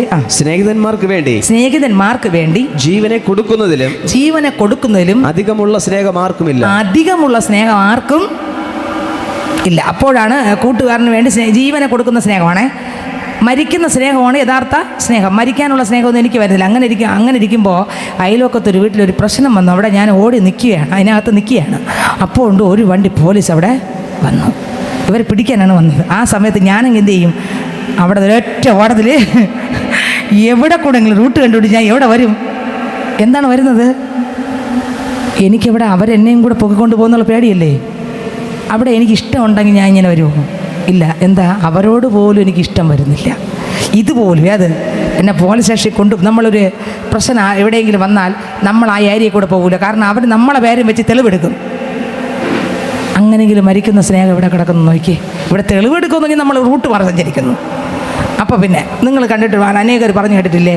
ആക്സിഡൻറ്റ് പറ്റിക്കിടന്നാൽ എടുത്തുകൊണ്ട് പെട്ടെന്ന് എന്ത് ചെയ്യണം? ഹോസ്പിറ്റലിൽ പോകണം. പക്ഷേ രക്തം വാർന്നൊഴുകിയാലും ചിലരെന്ത് ചെയ്യത്തില്ല? എടുത്തുകൊണ്ട് പോകില്ല. എന്താ കാര്യം? ഈ ആളിൻ്റെ കാര്യം ആര് പറയണം? എടുത്തുകൊണ്ട് പോകണമെന്ന് പറയണം. യേശു പറയുന്നു കൂട്ടുകാരന് വേണ്ടി ജീവനെ കൊടുക്കുന്നതിന് പരം സ്നേഹമൊന്നും. നമ്മളാണെങ്കിൽ റോഡ് ആരെങ്കിലും തട്ടിക്കിടന്നാൽ പോലും പതുക്കെ വഴി മാറി. സ്വത്രം. നായ്ക്കൾ മണത്താൽ പോലും നമ്മളെ വണ്ടി എവിടെ കൂടെ പോയത് പോലും മണക്കാത്ത രീതിയിൽ നമ്മൾ നിങ്ങൾ ചിന്തിച്ചു. പക്ഷേ യേശുവിൻ്റെ വചനം നോക്കിയേ, ഒന്നുകൂടെ വായിച്ച വരി. സ്നേഹിതന്മാർക്ക് വേണ്ടി സ്നേഹിതന്മാർക്ക് വേണ്ടി ജീവനെ കൊടുക്കുന്നതിലും അധികമുള്ള സ്നേഹം ആർക്കുമില്ല. കണ്ടോ, ജീവനെ കൊടുക്കുന്നതിൽ അധികമായിട്ടുള്ള സ്നേഹം, ഈ സ്നേഹം ആർക്കുണ്ടായിരുന്നു? പക്ഷെ ഇതെനിക്ക് കണ്ടോ, മറ്റൊരാളിന് വേണ്ടി മരിക്കുന്ന ഒരു സ്നേഹം. നമ്മൾക്ക് നമ്മളെ മക്കൾക്ക് വേണ്ടി പോലും നമ്മൾ മരിക്കാൻ, പിന്നെയാണ് ലോകത്തിന് വേണ്ടി. നമ്മളെയാണ് അധികം സ്നേഹിക്കുന്നത്. നിങ്ങൾ ചിന്തിച്ച് നോക്കിയാൽ മതി. നിങ്ങളിപ്പോൾ അംഗീകരിക്കുമെന്ന് എനിക്ക് തോന്നുന്നില്ല. ദൈവത്തിന് സ്തോത്രം, ഹല്ലേലൂയ. അപ്പോൾ യേശുക്രിസ്തു കൊണ്ട് നിർത്തിയ സ്ഥലം കണ്ടോ, ആ വരി ഒന്നുകൂടെ വായിച്ചേ. സ്നേഹിതന്മാർക്ക് വേണ്ടി ജീവനെ കൊടുക്കുന്നതിലും അധികമുള്ള സ്നേഹം ആർക്കും ഇല്ല. ഇനി പത്രോസ് അപ്പോസ്തലനിലേക്ക് പോയേ. അപ്പോൾ എന്തോന്നാണ് അവസാനം കൊണ്ട് നിർത്തിയത്? ജീവനെ കൊടുക്കുന്ന സ്നേഹം. അടുത്ത വരി പത്രോസിൽ പോയി. ഇവ നിങ്ങൾക്കുണ്ടായി വർദ്ധിക്കുന്നു എങ്കിൽ നിങ്ങൾ നമ്മുടെ കർത്താവായ യേശുക്രിസ്തുവിന്റെ പരിജ്ഞാനം സംബന്ധിച്ച് ഉത്സാഹമില്ലാത്തവരും, തൊട്ട് മുമ്പ് ഒന്നുകൂടെ വായിച്ചിട്ട്, ഭക്തിയോട് സഹോദരപ്രീതിയോട് സ്നേഹവും കൂട്ടിക്കൊള്ളുവിൻ. കണ്ടോ, സ്നേഹം വന്ന് കണ്ടോ, സ്നേഹവും കൂട്ടിക്കൊള്ളുവിൻ. അടുത്ത് ഇവ നിങ്ങൾക്കുണ്ടായി വർദ്ധിക്കുന്നു എങ്കിൽ. കണ്ടോ, ഇതെല്ലാം ഓരോന്നോരോന്നാ ഉണ്ടായിട്ട് എന്ത് ചെയ്യണം? അതാണ് നടക്കുന്നത്. എൻ്റെ കർത്താവ് നമ്മൾ അകത്ത് വന്നാൽ നമ്മളിൽ ഓരോ സെക്കൻഡ് ഇത് നടന്നുകൊണ്ടിരിക്കും. ഇതിനു വേണ്ടി നമ്മൾ ദാഹിച്ചുകൊണ്ടിരിക്കും. കർത്താവ് എനിക്ക് അങ്ങെപ്പോലെ ആകണം, പക്ഷേ എനിക്ക് ബലമില്ല. ആത്മാവിൻ്റെ ദാരിദ്ര്യം കൊണ്ട് കർത്താവിനോട് പറഞ്ഞുകൊണ്ടിരിക്കും. എന്തിനു വേണ്ടി? അപ്പച്ച എന്നെ നിറയ്ക്കണം, എൻ്റെ ആ ഭാഗത്തൊന്നും ശരിയാകുന്നില്ലപ്പ. അങ്ങ് കണ്ടതുപോലെ കാണാൻ, അങ്ങ് കേട്ടതുപോലെ കേൾക്കാൻ, അങ്ങ് പ്രാർത്ഥിച്ചതുപോലെ പ്രാർത്ഥിക്കാനോ, അങ്ങ് ജീവിച്ചതുപോലെ ജീവിക്കാനോ എന്നെക്കൊണ്ട് കഴിയുന്നില്ല. അതിനുവേണ്ടി എനിക്ക് ശക്തി വേണം കർത്താവേ, അഭിഷേകം വേണോ അപ്പ, ആ ദൈവശക്തി വേണം. ഒരു ദൈവ പൈതൽ എപ്പോഴും ഓരോന്നോരോന്നായിട്ട് ആത്മാവിൻ്റെ നിറവോടെ വർദ്ധിച്ചുകൊണ്ടിരിക്കും. എങ്ങനെ വർദ്ധിക്കും? ക്രിസ്തുവിൻ്റെ പാദപീഠത്തിലിരുന്ന് പ്രാപിച്ചുകൊണ്ടിരിക്കും. ആ കൃപ പ്രാപിച്ചുകൊണ്ടിരിക്കും. അവർ പിറകോട്ട് പോകത്തില്ല. അവർ നെഗറ്റീവ് വാക്കിലേക്കല്ല പോകുന്നത്. അവർ ക്രിസ്തുവിലേക്ക് നോക്കി. അവർ വേറൊരാൾ പ്രസ് ചെയ്യുമ്പോഴല്ല, ഒരാൾ തള്ളുമ്പോഴല്ല അവർ ചിലത് ചെയ്യുന്നത്. അങ്ങനെ ആരും പറയണ്ട, ആരും അവരോട് പറയണ്ട. അവർക്ക് ദാഹം എപ്പോഴും. അതെന്താ കാര്യം? ആരും പറഞ്ഞിട്ടല്ല, ആരും തള്ളിയിട്ടല്ല, പക്ഷെ വല്ലാത്ത ദാഹം. ഇതെന്തോന്നാ? അതാ പറഞ്ഞ യേശു അകത്ത് വന്നാൽ ഇതാ നടക്കുന്നു. തള്ളണ്ട. ഒക്കെ മനസ്സിലായോ? ആരും തള്ളണ്ട, ഉന്തണ്ട. അവർക്കൊരു വെപ്രാളവും പിടയിലും ആയിരിക്കും. സ്വത്രം ആരെപ്പോലെ ആകാൻ ഒരു ഞരക്കം. ആത്മാവിൻ്റെ ആദ്യദാനം ലഭിച്ചിരിക്കുന്നവരെ കുറിച്ച് ദൈവത്തിന് സ്വത്രം. ആദ്യദാനം ലഭിച്ചിരിക്കുന്നവരെ കുറിച്ച് അപ്പോൾ ഒരു ഞരക്കമുണ്ട്. അടുത്തവർ വായിച്ച പത്രോസ് അപ്പോസ്തലന്റെ ലേഖനം. ഇവ നിങ്ങൾക്കുണ്ടായി വർദ്ധിക്കുന്നു എങ്കിൽ നിങ്ങൾ നമ്മുടെ കർത്താവായ യേശുക്രിസ്തുവിന്റെ പരിജ്ഞാനം സംബന്ധിച്ച് കണ്ടോ, കർത്താവായ യേശുക്രിസ്തുവിന്റെ പരിജ്ഞാനം സംബന്ധിച്ച് ഉത്സാഹമില്ലാത്തവരും. കണ്ടോ, ഇത് ഓരോന്നായി വർദ്ധിക്കുന്നു എങ്കിൽ നമുക്ക് എന്ത് വരും? ഉത്സാഹം വരും. അടുത്ത് ഉത്സാഹമില്ലാത്തവരും നിഷ്ഫലന്മാരും ആയിരിക്കയില്ല. കണ്ടോ, അങ്ങനെ ആകത്തില്ല. അടുത്ത് അവ ഇല്ലാത്തവനോ കുരുടനത്രേ. അങ്ങനെ ഇല്ല എന്നുണ്ടെങ്കിൽ അതാരാണ്? കുരുടനാണ്. അടുത്ത വരി. അവൻ ഹ്രസ്വദൃഷ്ടിയുള്ളവനും. അവൻ ആരാണ്? ഹ്രസ്വദൃഷ്ടിയുള്ളവനും തന്റെ മുമ്പിലത്തെ പാപങ്ങളുടെ ശുദ്ധീകരണം മറന്നവനുമാണ്. അടുത്ത വരി. അതുകൊണ്ട് സഹോദരന്മാരെ നിങ്ങളുടെ വിളിയും തിരഞ്ഞെടുപ്പും ഉറപ്പാക്കുവാൻ അധികം ശ്രമിപ്പിൻ. നമ്മുടെ വിളിയും തിരഞ്ഞെടുപ്പും ഉറപ്പാക്കുവാൻ അധികം ശ്രമിപ്പിൻ. അടുത്ത ഇങ്ങനെ ചെയ്താൽ നിങ്ങൾ ഒരു നാളും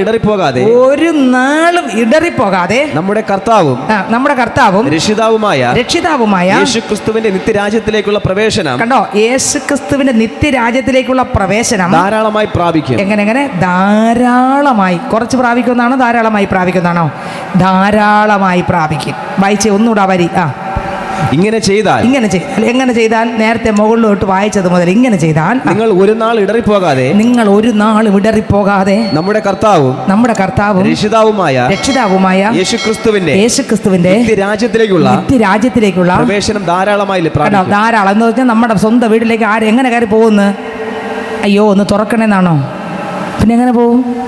കൃപാവരങ്ങൾ പ്രാപിച്ച് ധാരാളമായിട്ട് നമ്മൾ അപ്പൻ്റെ വീട്ടിലേക്ക് നമ്മൾ എന്ത് ചെയ്യും? കയറി അങ്ങ് പോകുമെന്നാണ് വചനം. ദൈവത്തിന് സ്തോത്രം. അപ്പോൾ ഇതാണ് കർത്താവിൻ്റെ പൈതലിൻ്റെ ജീവിതത്തിനകത്ത് നടന്നുകൊണ്ടിരിക്കുന്നത്. അത് ഇനിയും നടക്കും, അവസാനം വരെ നടക്കും. അപ്പോൾ ഈ പ്രവാചകന്മാർ സ്തോത്രം 51 പ്രവാചകന്മാരുടെ നടുവിൽ ഇതാ ഏലിയാവിൻ്റെ പുറകെ എലീശ മാത്രം പോവുകയാണ്. കണ്ടോ, കർത്താവിൻ്റെ കൃപയ്ക്ക് വേണ്ടി ദാഹിക്കുന്ന ഒരു പൈതലിനെ തകർത്തൊതുക്കാൻ കഴിയത്തില്ല. രാജാക്കന്മാരുടെ പുസ്തകത്തിലേക്ക് പോവുകയാണ്. ഒരു ദൈവത്തിൻ്റെ പൈതൽ എപ്പോഴും കർത്താവിൽ നിറയാൻ ആഗ്രഹിക്കും, കർത്താവിൻ്റെ ശക്തിയാൽ നിറയാൻ ആഗ്രഹിക്കും. വീണ്ടും അടുത്ത വാക്യം വായിക്കുമ്പോൾ ഏലിയാവ് പുതപ്പെടുത്ത് അടിക്കുന്നത് എലീശ കണ്ടോണ്ട് നിൽക്കുകയാണ്. വായിച്ചേ ആ വാക്യം, രാജാക്കന്മാരുടെ പുസ്തകം വായിച്ചേ. അപ്പോൾ ഏലിയാവ് തന്റെ പുതപ്പെടുത്ത് മടക്കി വെള്ളത്തെ അടിച്ചു. അത് അങ്ങോട്ടും ഇങ്ങോട്ടും പിരിഞ്ഞു. അങ്ങനെ അവർ ഇരുവരും ഉണങ്ങിയ നിലത്തുകൂടി അക്കരയ്ക്ക് കടന്നു. എവിടെ കടന്നു? അക്കരയ്ക്ക് കടന്നു. അടുത്ത് അവർ അക്കരെ കടന്ന ശേഷം ഏലിയാവ് എലീശയോട് ഞാൻ നിങ്ങളിൽ നിന്ന് എടുത്തുകൊള്ളപ്പെടും മുമ്പേ ഞാൻ നിനക്ക് എന്ത് ചെയ്തു തരണം അടുത്ത് ചോദിച്ചുകൊള്ളുക എന്ന് പറഞ്ഞു. അവസാനം ചോദിച്ചു. അതിന് എലീശ നിന്റെ ആത്മാവിന്റെ ഇരട്ടി പങ്ക് എന്റെ മേൽ വരുമാറാകട്ടെ എന്ന് പറഞ്ഞു. കണ്ടോ, നിന്റെ ആത്മാവിന്റെ കുറച്ചൊന്നുമല്ല, പിന്നെ ക്രിസ്തു അകത്തിരിക്കുന്ന പൈതലിന് ആത്മാവിൻ്റെ ദാഹം ഉണ്ടാവും. ആത്മാവിൻ്റെ ദാരിദ്ര്യം കൊണ്ട് അയാൾ പറയും, എനിക്ക് കൃപാവരം വേണം, എനിക്ക് ദൈവശക്തി വേണം, എനിക്ക് എൻ്റെ യേശുപ്പച്ചനെ ജീവിക്കുവാൻ, അപ്പൻ്റെ ശബ്ദം കേൾക്കുവാൻ, അപ്പൻ്റെ സാന്നിധ്യം നിറഞ്ഞ് ജീവിക്കുവാൻ. യേശുക്രിസ്തു എങ്ങനെയാണ് ഇവിടെ ആയിരുന്നത് അതുപോലെ എനിക്ക് വാങ്ങണം എന്നുള്ളൊരു ദാഹം വരും. കാത്തിരിക്കുന്നവൻ ശക്തിയെ പുതുക്കും. അവർ ക്ഷീണിച്ചു പോകത്തില്ല, അവർ തളർന്നു പോകത്തില്ല. ഓ സ്തോത്രം. ബാല്യക്കാർ ഇടറി വീഴും, യൗവനക്കാരും തളർന്നു പോകും. എങ്കിലും യഹോവേ കാത്തിരിക്കുന്നവർ ശക്തിയെ പുതുക്കും. അവർ കഴുകന്മാരെ പോലെ ചിറകടിച്ച് താഴെ പോകുന്നല്ല, പിന്നെ കയറുമല്ലേ. ദൈവത്തിന് സ്തോത്രം. ഓരോന്നായിട്ട് അവർ ആത്മാവിൽ ജ്വലിച്ചുകൊണ്ടിരിക്കും, ദൈവശക്തിയാൽ നിറഞ്ഞുകൊണ്ടിരിക്കും, തകർന്നു പോകത്തില്ല. അടുത്ത വാക്യം വായിക്കുമ്പോൾ വായിച്ചേ. അതിന് അവൻ നീ പ്രയാസമുള്ള കാര്യമാകുന്നു ചോദിച്ചത്. ഞാൻ നിങ്ങളിൽ നിന്ന് എടുത്തുകൊള്ളപ്പെടുമ്പോൾ നീ എന്നെ കാണുന്നുവെങ്കിൽ, കണ്ടോ, നീ എന്നെ കണ്ടാൽ നിനക്ക് അങ്ങനെ ഉണ്ടാകും, അല്ലെന്ന് വരികിൽ ഉണ്ടാകില്ല എന്ന് പറഞ്ഞു. അടുത്ത വരി. അവർ സംസാരിച്ചു കൊണ്ട് നടക്കുമ്പോൾ അഗ്നിരഥവും അഗ്നിശ്വങ്ങളും വന്ന് അവരെ തമ്മിൽ വേർപിരിച്ചു. അങ്ങനെ ഏലിയാവ് അഗ്നിശ്വങ്ങളും തമ്മിൽ വേർപിരിഞ്ഞു. അങ്ങനെ ഏലിയാവ് ചുഴലിക്കാറ്റിൽ സ്വർഗത്തിലേക്ക് കയറി. എലീശ അത് കണ്ടിട്ട് എന്റെ പിതാവേ ഇസ്രായേലിന്റെ തേരും തേരാളികളും എന്ന് വിളിച്ചു. പിന്നെ അവനെ കണ്ടില്ല. കണ്ടോ. അടുത്ത അപ്പോൾ അവൻ തന്റെ വസ്ത്രം പിടിച്ച് രണ്ട് ഖണ്ഡമായി കീറിക്കളഞ്ഞു. ഇനി ഒരു ശക്തി കിട്ടിക്കഴിഞ്ഞാൽ ഇനി ലോകത്തിലൊന്നും വേണ്ട, പുതിയതൊന്ന് സ്തോത്രം കീറിക്കളഞ്ഞ. അടുത്ത വരി. പിന്നെ അവൻ ഏലിയാവിൽ നിന്ന് വീണ പുതപ്പെടുത്ത് മടങ്ങിച്ചെന്ന് യോർദാൻ അരികെ നിന്നു. അടുത്ത ഏലിയാവിന്മേൽ നിന്ന് വീണ പുതപ്പ് കൊണ്ട് അവൻ വെള്ളത്തെ അടിച്ചു. ഏലിയാവിന്റെ ദൈവമായ യഹോവ എവിടെ എന്ന് പറഞ്ഞു. അവൻ വെള്ളത്തെ അടിച്ചപ്പോൾ അത് അങ്ങോട്ടും ഇങ്ങോട്ടും പിരിഞ്ഞു. അടുത്ത എലീശ ഇക്കരെ കടന്നു. എരിഹോവിൽ അവനെതിരെ നിന്നിരുന്ന പ്രവാചക ശിഷ്യന്മാർ അവനെ കണ്ടിട്ട് കണ്ടോ, അവരൊക്കെ നോക്കി നിൽക്കുകയാണ്. അവർ മാറിപ്പോയിട്ടില്ല, അവിടെ തന്നെ ഉണ്ട്. കണ്ടിട്ട് ഏലിയാവിന്റെ ആത്മാവ് എലീശയുടെ മേൽ അധിവസിക്കുന്നു എന്ന് പറഞ്ഞ്. നിങ്ങൾക്ക് മനസ്സിലായോ? ദാഹിച്ചിരിക്കുന്നവനെ ഒതുക്കാൻ പ്രാവശ്യത്തെ തിരിച്ചു വരും. ഹല്ലേലൂയ. കർത്താവായ യേശു ക്രിസ്തു ഒരാളുടെ അകത്ത് ഇറങ്ങി കഴിഞ്ഞാൽ അയാൾ ചുമ്മാ എന്നിരുന്ന് ഉറങ്ങുമെന്നല്ല, അയ്യോ എന്ന് പറഞ്ഞിരിക്കുമെന്നല്ല, അയ്യോ എന്നെ ആരും ഉയർത്തി പറഞ്ഞില്ല അതുകൊണ്ടൊന്നും വേണ്ട എന്ന് ഇരിക്കൂല, അയ്യോ എന്നെ ആരും പ്രോത്സാഹിപ്പിച്ചില്ല ഇരിക്കത്തില്ല. അവരെ നെഗറ്റീവ് പറഞ്ഞാലും ശക്തിക്ക് മീതെ എന്ത് പ്രാപിച്ചുകൊണ്ടിരിക്കും? ശക്തി പ്രാപിച്ചുകൊണ്ടിരിക്കും, കൃപ പ്രാപിച്ചുകൊണ്ടിരിക്കും, ബലം പ്രാപിച്ചുകൊണ്ടിരിക്കും, ദൈവശക്തിയെ പ്രാപിച്ചുകൊണ്ടിരിക്കും. കർത്താവിൽ ചോദിക്കും. പിന്നെ അങ്ങോട്ട് അധ്യായങ്ങൾ വായിക്കുമ്പോൾ ഈ മനുഷ്യനിലൂടെ ദൈവത്തിൻ്റെ പ്രവൃത്തി ആ നാളുകളിൽ എങ്ങനെയൊക്കെ വെളിപ്പെട്ടു എന്ന് നമുക്ക് കാണാൻ കഴിയും. ഞാൻ പറയാം, പുതിയ നിയമത്തിലോട്ട് വരുമ്പോൾ ശക്തിക്ക് മീതെ ശൗൽ ശക്തി പ്രാപിച്ചു. അപ്പോസ്തല പ്രവൃത്തികളുടെ പുസ്തകം വായിക്കുമ്പോൾ 8-ാം അധ്യായത്തിലേക്ക് വരുമ്പോൾ അപ്പോസ്തലന്മാർ ദൈവശക്തി പ്രാപിച്ചു, ദൈവകൃപ പ്രാപിച്ചു. ശത്രുവിൻ്റെ പോരുകളെയും പോരാട്ടങ്ങളെയും സ്വോത്ര ഹല്ലേലൂയ അവർ തിരിച്ചറിയാൻ തുടങ്ങി, ദൈവശക്തി ഇറങ്ങാൻ തുടങ്ങി, ദൈവത്തിൻ്റെ കൃപ ഇറങ്ങാൻ തുടങ്ങി. 4-ാം വാക്യം 8-ന് 4 മുതൽ വായിക്കുമ്പോൾ സ്വോത്ര സഭ ചിതറിയപ്പോഴും സ്വോത്രം വചനം സുവിശേഷിച്ചുകൊണ്ട് ചിതറിപ്പോയവർ സഞ്ചരിക്കാൻ തുടങ്ങി. അവർ ശക്തിക്ക് മീതെ ശക്തി ധരിച്ചുകൊണ്ടിരുന്നു. അവരുടെ ലക്ഷ്യം വേറൊന്നുമല്ല, അവരുടെ ലക്ഷ്യം യേശുവായിരുന്നു. യേശു കൊടുക്കുന്നത് മാത്രം അവർ പറഞ്ഞുകൊണ്ടിരുന്നു. കാരണം അവരുടെ ഉള്ളിൽ നിറഞ്ഞുകൊണ്ടിരുന്നത്, ഓരോ സെക്കൻഡ് നിറഞ്ഞുകൊണ്ടിരുന്നത് ക്രിസ്തു യേശുവായിരുന്നു. ഹല്ലേലൂയ. അവർ മറഞ്ഞിരുന്നു, ബാക്കിയെല്ലാം അവരിലൂടെ യേശു ചെയ്തുകൊണ്ടിരുന്നു. വായിക്കുമ്പോൾ 8-ാം അധ്യായം 4-ാം വാക്യം മുതൽ വായിച്ചേ. ചിതറിപ്പോയവർ വചനം സുവിശേഷം കൊണ്ട് അവിടെ സഞ്ചരിച്ചു. ഫിലിപ്പോസ് ശമര്യ പട്ടണത്തിൽ ചെന്ന് അവരോട് ക്രിസ്തുവിനെ പ്രസംഗിച്ചു. ഫിലിപ്പോസ് പോയി ശമര്യ പട്ടണത്തിൽ പോയി അവരോട് ക്രിസ്തുവിനെ കുറിച്ച് പ്രസംഗിച്ചു. കണ്ടോ, തകർന്നില്ല, വീണില്ല, സഭ ചിതറി. സ്തേഫാനോസിന്റെ മരണത്തോടുകൂടെ പ്രശ്നങ്ങളുണ്ടായി, പ്രതിസന്ധി ഉണ്ടായി, സഭ ചിതറി. എന്നിട്ടും എൻ്റെ ദൈവം വസിച്ച പൈതങ്ങളെ തകർക്കാൻ ഒരു ശക്തിക്ക് കഴിഞ്ഞില്ല. അവരുടെ ദാഹം കുറഞ്ഞില്ല. തൊട്ട് മുമ്പിലാണ് സ്തേഫാനോസിനെ കല്ലെറിഞ്ഞ് രക്തസാക്ഷിയായി മരിച്ചത്. പക്ഷേ അതോടും കൂടെ എല്ലാ ശിഷ്യന്മാരും പിന്മാറിപ്പോകും, അവർക്ക് എറി കിട്ടും, കൊല്ലുമെന്ന് പറഞ്ഞ് പേടിച്ച് ഓടുമെന്ന് ചിന്തിച്ചു. എന്നാൽ ഞാൻ പറയാം, അപ്പോഴും അവരുടെ അകത്ത് വസിച്ച പരിശുദ്ധ ആത്മാവ് ക്രിസ്തുവിനെ പോലെ ആകാൻ നിർബന്ധിച്ചു. Hallelujah, hallelujah. അവർ പേടിച്ചെന്നല്ല, അവർ തളർന്നല്ല, അവർ വീണുപോയെന്നല്ല. പിന്നെയോ അവർ ശക്തിക്ക് മീതെ ശക്തി ധരിച്ച്, കൃപയ്ക്ക് മീതെ കൃപ ധരിച്ച്. ഞാൻ പറയാം, ഹല്ലേലൂയ, ക്രിസ്തുവിന്റെ സ്നേഹത്തിൽ നിന്ന് നമ്മെ വേർതിരിക്കും? കഷ്ടതയോ ഉപദ്രവമോ ആ പട്ടിണിയോ ആപത്തോ വാളോ ഇല്ല. അവർക്ക് ലേഖനം വായിക്കുമ്പോൾ 8-ാം അധ്യായം അതിന്റെ 32-ാം വാക്യം വായിക്കുമ്പോൾ വേദപുസ്തകത്തിനൊക്കെ എഴുതിയിരിക്കുന്നു. വായിച്ചേ, 31 മുതൽ വായിച്ചേ. ഇത് സംബന്ധിച്ച് നാം എന്ത് പറയണ്ടേ? ദൈവം നമുക്ക് അനുകൂലമെങ്കിൽ നമുക്ക് പ്രതികൂലമാർ. എന്തിനാണ് അനുകൂലം? ഞാൻ ചെയ്യുന്ന എല്ലാത്തിനും എൻ്റെ ദൈവം അനുകൂലമാണോ? കഴിഞ്ഞ ഞായറാഴ്ച പ്രസംഗിച്ചപ്പോൾ ഞാൻ പറഞ്ഞു, സ്തോത്രം കർത്താവേ, ഞാൻ മോഷ്ടിക്കാൻ പോവുകയാണ്, ആരും കാണാതെ പോലീസ് പിടിക്കാതെ രക്ഷിക്കണമേ. അതാണോ ഇത്? ദൈവം അനുകൂലം. അതാണോ? പിന്നെ ദൈവം അനുകൂലമെങ്കിൽ പ്രതികൂലമായവനാർ. എന്താണ് ഈ വചനം ഇവിടെ ഇങ്ങനെ എഴുതാൻ കാരണം? എന്താ? മുകളിൽ കിടക്കുന്ന വാക്കെന്തോന്നാ? യേശുവിൻ്റെ ഇളയതാക്കുമെന്ന്. അതിനെന്നെ കൊണ്ട് പറ്റൂല. പക്ഷെ ദൈവം അങ്ങനെ ആക്കാൻ കൂടെ നിൽക്കാന്ന്. ഹല്ലേലൂയ. വേറെ ഒന്നുമല്ല അതിൻ്റെ അർത്ഥം. എന്നെ ആരെ പോലെ ആക്കാൻ നിൽക്കാന്ന്. യേശുവിനെ പോലെ സ്വന്തം ഇളയതാക്കി. പിതാവിൻ്റെ പുത്രന്മാർ മൂത്ത ആളാരാ? യേശു. അത് കഴിഞ്ഞ് അടുത്ത ആളാക്കി. നമ്മളെ മാറ്റാൻ ആര് കൂടെ ഉണ്ടെന്ന്? ആരനുകൂലമായിട്ടുണ്ടെന്ന്? യേശുവിനെ പോലെ ആക്കാൻ എൻ്റെ കൂടെ അനുകൂലമായിട്ട് ആരുണ്ടെന്ന്? അതോ ഈ വേറെ എല്ലാത്തിനും കൂട്ടുണ്ടെന്നാണോ? അല്ല, നമ്മുടെ ഈ വചനം എടുത്ത് വെച്ച് അങ്ങ് വെച്ച് ഫയറും. ഈ 2 വരി മാത്രം കിട്ടിയാൽ മതി. ദൈവം അനുകൂലമെങ്കിൽ പ്രതികൂലമായവൻ എന്നങ്ങോട്ട് തുടങ്ങിയ പിന്നെ ആ ഒരു ഹെഡിങ്ങിൽ ഏതൊക്കെ അവരെല്ലാം സ്വന്തം സഹോദരങ്ങളാക്കി മാറ്റുവാൻ എൻ്റെ ദൈവാനുകൂലം. നിന്നെ കൊണ്ട് പറ്റത്തില്ല, ആ കുടുംബത്തിനകത്ത് കയറാൻ നിന്നെ കൊണ്ട് പറ്റത്തില്ല. പക്ഷെ എൻ്റെ ദൈവം പറയും എന്നെ കൊണ്ട് പറ്റും. അതിനകത്ത് നിന്നെ കൂടെ കയറ്റി നിർത്താൻ. നിങ്ങൾക്ക് വെളിപ്പെട്ടെന്ന് എനിക്കറിയത്തില്ല. ആ ലൈനിൽ അപ്പൻ ഒന്നാവൻ, അടുത്ത ലൈനുകളിൽ എന്നെയും കൂടെ കയറ്റി നിർത്താൻ എൻ്റെ ദൈവം അനുകൂലമെന്ന്, എൻ്റെ ദൈവം ശക്തി തരാന്ന്, എൻ്റെ ദൈവം ബലം തരാന്ന്, എൻ്റെ ദൈവം കൃപ തരാന്ന്. ഹല്ലേലൂയ. പക്ഷെ നമുക്കിന്ന് ആരാധന വരുന്നില്ല. കാരണം എന്നറിയാമോ? ഹല്ലേലൂയ. അംബാനിയെ പോലെ ആക്കാന്ന് പറഞ്ഞാൽ നമ്മളിപ്പോൾ ഇവിടെ നിന്ന് എണീറ്റ് പള്ളിയിൽ ചെവരും പൊളിച്ച് നമ്മൾ പോകുമായിരുന്നു. പക്ഷേ സ്തോത്രം, ഇനി ഇവിടെ ലോകത്തിൽ പ്രസംഗിക്കുന്ന ഒരാളിനെ പോലെ ആക്കും. ഇന്നാൾ നിങ്ങൾ പ്രസംഗിക്കുന്ന കണ്ടിട്ടുണ്ടോ? സ്തോത്രം, ഇങ്ങനെ എടുത്തെറിഞ്ഞാൽ അത്ഭുതം നടക്കുന്ന ആൾ നിങ്ങൾ കണ്ടിട്ടുണ്ടോ? അയാളെ പോലെ നിങ്ങൾക്ക് തമ്മിൽ ഒരു അഭിഷേകം വരുന്നു എറിഞ്ഞ് ബൈബിൾ എറിഞ്ഞിട്ട് ഓടും ആൾക്കാർ അഭിഷേകം പ്രാപിക്കാൻ. നിങ്ങൾ ചിന്തിച്ച് നോക്കിയേ. പക്ഷേ ഇവിടെ യേശുവിനെ പോലെ ആക്കാന്ന് പറഞ്ഞപ്പോൾ ഒരു ചലനമെങ്കിലും നമുക്ക് വരുന്നുണ്ടല്ലോ. ഉറക്കമല്ലാതെ വേറെ വല്ല വരുന്നുണ്ടോ? സ്തോത്രം, ഉറക്കമല്ലാതെ ഒരു അകത്തൊരു വെപ്രാളവും പഴയലും വരുന്നുണ്ടെങ്കിൽ ഞാൻ പറയാം, ആ തുടുപ്പ് ഈ ലോകത്തിൻ്റെ തുടുപ്പല്ല, ക്രിസ്തുവിൻ്റെ തുടുപ്പാണ്. ശബലകരകജര ശിമാനകടകർക്കതര. ഈ ലോകത്തിന് തുടുപ്പുള്ളവർ ഉറങ്ങി എണീറ്റ് പോകുമ്പോൾ ക്രിസ്തുവിൻ്റെ തുടുപ്പുള്ളവർ ഇത് കേട്ടാൽ അകത്തളങ്ങളിൽ അത് കത്തിക്കൊണ്ടിരിക്കും, അകത്തളങ്ങളിൽ അത് പിടച്ചുകൊണ്ടിരിക്കും. അത് സ്തോത്രം ഹല്ലേലൂയ സത്യമാകയാൽ സ്തോത്രം. ദൈവം നിങ്ങൾക്ക് അനുകൂലമെങ്കിൽ പിതാവാകുന്ന ദൈവത്തിൻ്റെ പുത്രനാകുന്ന യേശു ക്രിസ്തു ഏകജാതനെ ആദ്യജാതനാക്കിയിട്ട് 2ാമത് 3ാമത് 4ാമത് 5ാമത് ബാക്കിയുള്ള എല്ലാവരെയും മക്കളാക്കാൻ യേശുവിനെ പോലെ ആക്കി. സ്തോത്രം, കളങ്കമില്ലാതെ കർത്താവിനടുത്ത് നിർത്താൻ, എന്നെ നിങ്ങളെ പ്രാഗൽഭ്യത്തോടാക്കാൻ എനിക്ക് നിങ്ങൾക്കും പറ്റത്തില്ല. ആ കുടുംബത്തിനകത്ത് ചെന്ന് കയറാൻ പറ്റത്തില്ല. പക്ഷെ എൻ്റെ ദൈവം പറയുന്ന ശാലി നിനക്ക് പറഞ്ഞില്ല, എനിക്ക് പറ്റും, നിന്റെ കൂടെ കൂട്ടിന് ഞാനുണ്ട്. ഇതാണ് പറഞ്ഞത്, ഞാൻ നിനക്ക് അനുകൂലം. ആരെ പോലെ ആക്കാൻ?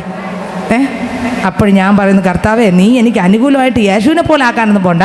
എനിക്ക് സ്വത്രം ഒരു സ്റ്റാറിനെ, ഒരു ഈ ലോകത്തിൽ നല്ല പേര് കേട്ട ഒരാളിനെ പോലെ എന്നെ ആക്കിയാൽ മതി, ഒരു ധനവാനെ പോലെ എന്നെ ആക്കിയാൽ മതി സ്വത്രം. പിന്നെ എനിക്ക് ഈ ലോകത്തിൽ അത്ഭുതങ്ങൾ ചെയ്യുന്ന ഒരാളിനെ ആക്കിയാൽ മതി. പിന്നെ കർച്ചിപ്പിട്ടാൽ വിടുതൽ കിട്ടുന്ന ഒരാളിനെ പോലെ എനിക്ക് ആക്കിയാൽ മതി. ഒന്ന് ഊതിയാൽ വന്ന് വിടുതലിൽ പോകുന്ന ഒരാളിനെ പോലെ ആക്കിയാൽ മതി. ഇതാണോ നമ്മുടെ പ്രാർത്ഥന? ഇത് ചോദിക്കേ സ്വത്രം. ഈ പ്രാർത്ഥന ഉള്ളവർക്കൊന്നും ഈ മെസ്സേജ് കേട്ടാൽ ഒന്നും അനക്കം വരില്ല. സ്വത്രം. യേശുവിനെ പോലെ ആകണം എന്നുള്ള ദാഹമുള്ളവർക്ക് ഈ വചനം ആഴത്തിൽ അങ്ങ് ഇറങ്ങും. അത് കത്തിക്കൊണ്ടിരിക്കും. ആ വാക്യം അതിന് മാത്രമേ അവരെടുക്കുള്ളൂ. ദൈവം അനുകൂലമെങ്കിൽ പ്രതികൂലമായവൻ. അടുത്ത വരി. സ്വന്തം പുത്രനെ ആദരിക്കാതെ നമുക്ക് എല്ലാവർക്കും വേണ്ടി ഏൽപ്പിച്ചു തന്നവൻ. സ്വന്തം പുത്രനെ ആദരിക്കാതെ നമുക്ക് എല്ലാവർക്കും വേണ്ടി ആരെ ഏൽപ്പിച്ചു തന്നു? പിതാവ് ഏൽപ്പിച്ച തന്നെങ്കിൽ അടുത്ത തന്നവൻ അവനോട് കൂടെ സകലവും നമുക്ക് നൽകാതിരിക്കുമോ? അതേതാണ് സകലവും? എൻ്റെ തലമുടി 4 ഇഴ മുതൽ നഖത്തിനകം വരെ യേശുവിനെ പോലാക്കുന്ന സകലതും. അല്ല, വേറെ ഒന്നും അതിനകത്ത് അർത്ഥമില്ല. നമ്മളെടുത്ത് വെച്ച് അങ്ങ് ഫയർ ചെയ്യും. കണ്ടല്ലോ, ദൈവത്തിന് സ്വത്രം. ഇത് കിട്ടിയാൽ മതി. 3 ദിവസത്തെ കൺവെൻഷൻ പ്രസംഗത്തിന് ഈ ഒറ്റ വരി മതി. സ്വത്രം. ദൈവം അനുകൂലമെങ്കിൽ പ്രതികൂലമായ സ്വന്തം പുത്രനെ ആദരിക്കാതെ നമുക്ക് വേണ്ടി തന്നവൻ അവനോടുകൂടെ സകലവും നമുക്ക്. പ്രസംഗിച്ച് വന്ന വിഷയം എന്താ? ഈ ലോകത്തിലുള്ള എല്ലാം കാണിച്ചിട്ട് പറയും, കണ്ടോ അവന് കൊടുത്തതുണ്ടോ, അതുപോലെ നിനക്കും തരാൻ പോയാ. എല്ലാം കാണിച്ചു കൊടുത്ത് വിരൽ ചൂണ്ടി കൊടുക്കുന്ന ഏതിലാണ്? വിരൽ ചൂണ്ടി കാണിച്ചു കൊടുക്കുന്ന ഏതിലാണ്? നിങ്ങളാരും മിണ്ടില്ല. ഈ ലോകത്തിൽ അതിനെ കാണിച്ചു കൊടുത്തിട്ട് കണ്ടോ അവന് കിട്ടിയണ്ടോ, നിനക്കും അതാ കിട്ടാൻ പോകുന്നത്. യേശുവിനല്ല, പിന്നെ യേശുവിലുള്ളതും അല്ല, പിന്നെ പൗലോസ് വലിച്ചെറിഞ്ഞതിനെ അതാ നടക്കുന്നത്. ഉണ്ടോ? നിങ്ങൾക്ക് എത്രയൊക്കെ മനസ്സിലായി? ഹല്ലേലൂയ. എൻ്റെ ഒന്നുകൂടെ വായിച്ചത്. സ്വന്തം പുത്രനെ ആദരിക്കാതെ നമുക്ക് എല്ലാവർക്കും എന്തിനു വേണ്ടി തന്നു? മക്കളെ, നീ എൻ്റെ മോനെ പോലെ ആയി. ഇളയത് മൂത്തതായിട്ട് ഇവിടെ വരണം എൻ്റെ അടുത്ത്. അതിനു വേണ്ടിയാണ് പിതാവ് സ്വന്തം പുത്രനെ തന്നിട്ട് പുത്രനെ പോലെ ആക്കാൻ. Jesus, hallelujah. ഒരു വലിയ നിര നിൽക്കും. അതിൽ ആദ്യം ആര് നിൽക്കും? അതിൽ ആദ്യം നോക്കുമ്പോരാ? യേശു. ബാക്കിയെല്ലാം യേശുവിനെ പോലെ. ഇനി ഇവിടെ വിട്ട് പോകുമ്പോൾ ആരെ പോലെ ആകുമെന്ന്? താൻ ഇരിക്കുന്നത് പോലെ കാണുന്നതാകൊണ്ട് അവനോട്, ആരോട്? യേശുവിനോട് സദൃശന്മാർ. ഹല്ലേലൂയ. നിങ്ങൾക്ക് മനസ്സിലായോ? യേശുവിനോട് സദൃശന്മാർ ആകും. വചനം പോകുന്നുണ്ടോ? ഹല്ലേലൂയ. വേറെ ഒന്നുമല്ല, യേശുവിനെ പോലെ ആകും. ദൈവത്തിന് സ്തോത്രം. അപ്പോൾ വായിച്ചേ. ആദരിക്കാതെ നമുക്ക് എല്ലാവർക്കും വേണ്ടി ഏൽപ്പിച്ചു തന്നവൻ അവനോട് കൂടെ സകലവും നമുക്ക് നൽകാതിരിക്കും. സകലം എന്ന വാക്കിൻ്റെ അകത്തുള്ള എന്തൊക്കെയാണുള്ളത്? സകലം എന്ന് പറഞ്ഞ വാക്കിൻ്റെ അകത്ത് എന്തൊക്കെയുണ്ട്? യേശു ഈ ഭൂമിയിൽ ജീവിച്ചതെല്ലാം ഉണ്ട്. യേശുവിൽ എന്തെല്ലാം ഉണ്ട് അതെല്ലാമാണ് ഈ സകലതും. നശിച്ചു പോകാത്തത് സകലതും, നിലനിൽക്കുന്നത് സകലതും, സ്വർഗീയമായത് സകലതും. ഇതൊക്കെ നമുക്ക് വെളിപ്പെടണമെങ്കിൽ എന്ത് കീറണം? ആദ്യം മൂടുപടം കീറിയാലേ യേശു അകത്ത് വരും. സ്തോത്രം. കണ്ടോ? മൂടുപടം കീറിയില്ലെങ്കിൽ ഇതെല്ലാം മറവായിരിക്കും. മൂടുപടം കീറുമ്പോൾ മഹത്വത്തിൻ്റെ പ്രത്യാശയാകുന്ന ക്രിസ്തു നമ്മുടെ അകത്തങ്ങിറങ്ങും. അല്ലെങ്കിൽ മൂടുപടം ഇന്ന് വരെയും കർത്താവിനെ നമ്മളെ മാറ്റി വച്ചിരിക്കും. ദൈവത്തിന് സ്തോത്രം. യേശു വന്നു കഴിഞ്ഞാൽ തകരേണ്ടത്, കൂടെയേണ്ടത്, പൊട്ടേണ്ടതെല്ലാം പൊട്ടും. മനുഷ്യൻ പൊട്ടും. പൊട്ടി അവരേതുമല്ലാതെ ആകും. ഓരോ ദിവസവും അവൻ്റെ മരണമാണ് സംഭവിക്കുന്നത്. ആരുടെ മരണമാണ്? യേശു വന്നു കഴിഞ്ഞാൽ ഓരോ നിമിഷം സംഭവിക്കുന്നത് മനുഷ്യന് മരണമാണ് സംഭവിക്കുന്നത്. നിങ്ങൾക്ക് മനസ്സിലായോ? അത് യേശു വന്നു കഴിയുമ്പോഴാണ് അതൊക്കെ സംഭവിക്കുന്നത്. അല്ലാതെ ഒന്നും ഇത് പുഷ്ടി വെച്ചുകൊണ്ടേയിരിക്കും. യേശു വന്നു കഴിഞ്ഞാൽ മനുഷ്യൻ മരിച്ചുകൊണ്ടിരിക്കും. പാപം മരിച്ചുകൊണ്ടിരിക്കും. പ്രസംഗിക്കാനൊക്കെ എന്ത് എളുപ്പമല്ലേ? ദൈവത്തിന് സ്വത്രം. വായിച്ചേ 32 വാക്യം. സ്വന്തം പുത്രനെ ആദരിക്കാതെ നമുക്ക് എല്ലാവർക്കും വേണ്ടി ഏൽപ്പിച്ചു തന്നവൻ അവനോട് കൂടെ സകലവും നമുക്ക് നൽകാതിരിക്കും. അപ്പോൾ ചിലപ്പോൾ 31 ചിലപ്പോൾ കാർഡ് ചിലപ്പം കൊണ്ടുവരികയാണെങ്കിൽ ചിലപ്പോൾ ചില ആൾക്കാർക്ക് ഏത് വാക്യം കിട്ടും? അവർ ആ വാക്യം എടുത്തൊരു ഉമ്മ കൊടുത്തിട്ട് പറയും എല്ലാം കിട്ടുമെന്ന്. അവർ ഒരിക്കൽ പോലും പ്രതീക്ഷിക്കുമെന്ന് എനിക്ക് അറിഞ്ഞുകൂടാ. യേശുവിലുള്ളതുമാണ് അവരുടെ പ്രതീക്ഷയും ചിന്തയെല്ലാം ലോകത്തിലുള്ളോട്ട് ആണ്. എല്ലാ സകലവും കിട്ടും. നല്ല വചനം. നമ്മളതിനെ ഫ്രെയിം ചെയ്തും കൊണ്ടുപോയി. പക്ഷേ യേശു എന്ന സകലതും കിട്ടുമെന്ന് പറഞ്ഞാലോ പതുക്കെ മാറ്റിയങ്ങ് അത്രയേ ഉള്ള. കാരണം എന്താ? നമ്മൾ വില കൽപ്പിക്കുന്ന ആർക്കല്ല? യേശുവിനല്ല. സ്വത്രം വായിച്ചെടുത്ത വരി. ദൈവം തിരഞ്ഞെടുത്തവരെ ആർ കുറ്റം ചുമത്തും? നീതീകരിക്കുന്നവൻ ദൈവം, ശിക്ഷ വിധിക്കുന്നവൻ ആർ? അപ്പം ഈ മുകളിൽ ആ തെരഞ്ഞെടുപ്പ് ഇതാണ് താഴെ കിടക്കുന്നത് കണ്ടോ, വേറെ ഒന്നുമല്ല. നമ്മൾ പറയും എന്ന് ദൈവം തിരഞ്ഞെടുത്തു, ആർ കുറ്റം വിധിക്കും? സത്യത്തിൽ എന്തോന്നാ മുകളിൽ കിടക്കുന്ന കാര്യമാണ് താഴെ വരുന്നത്. ഏത് കാര്യം?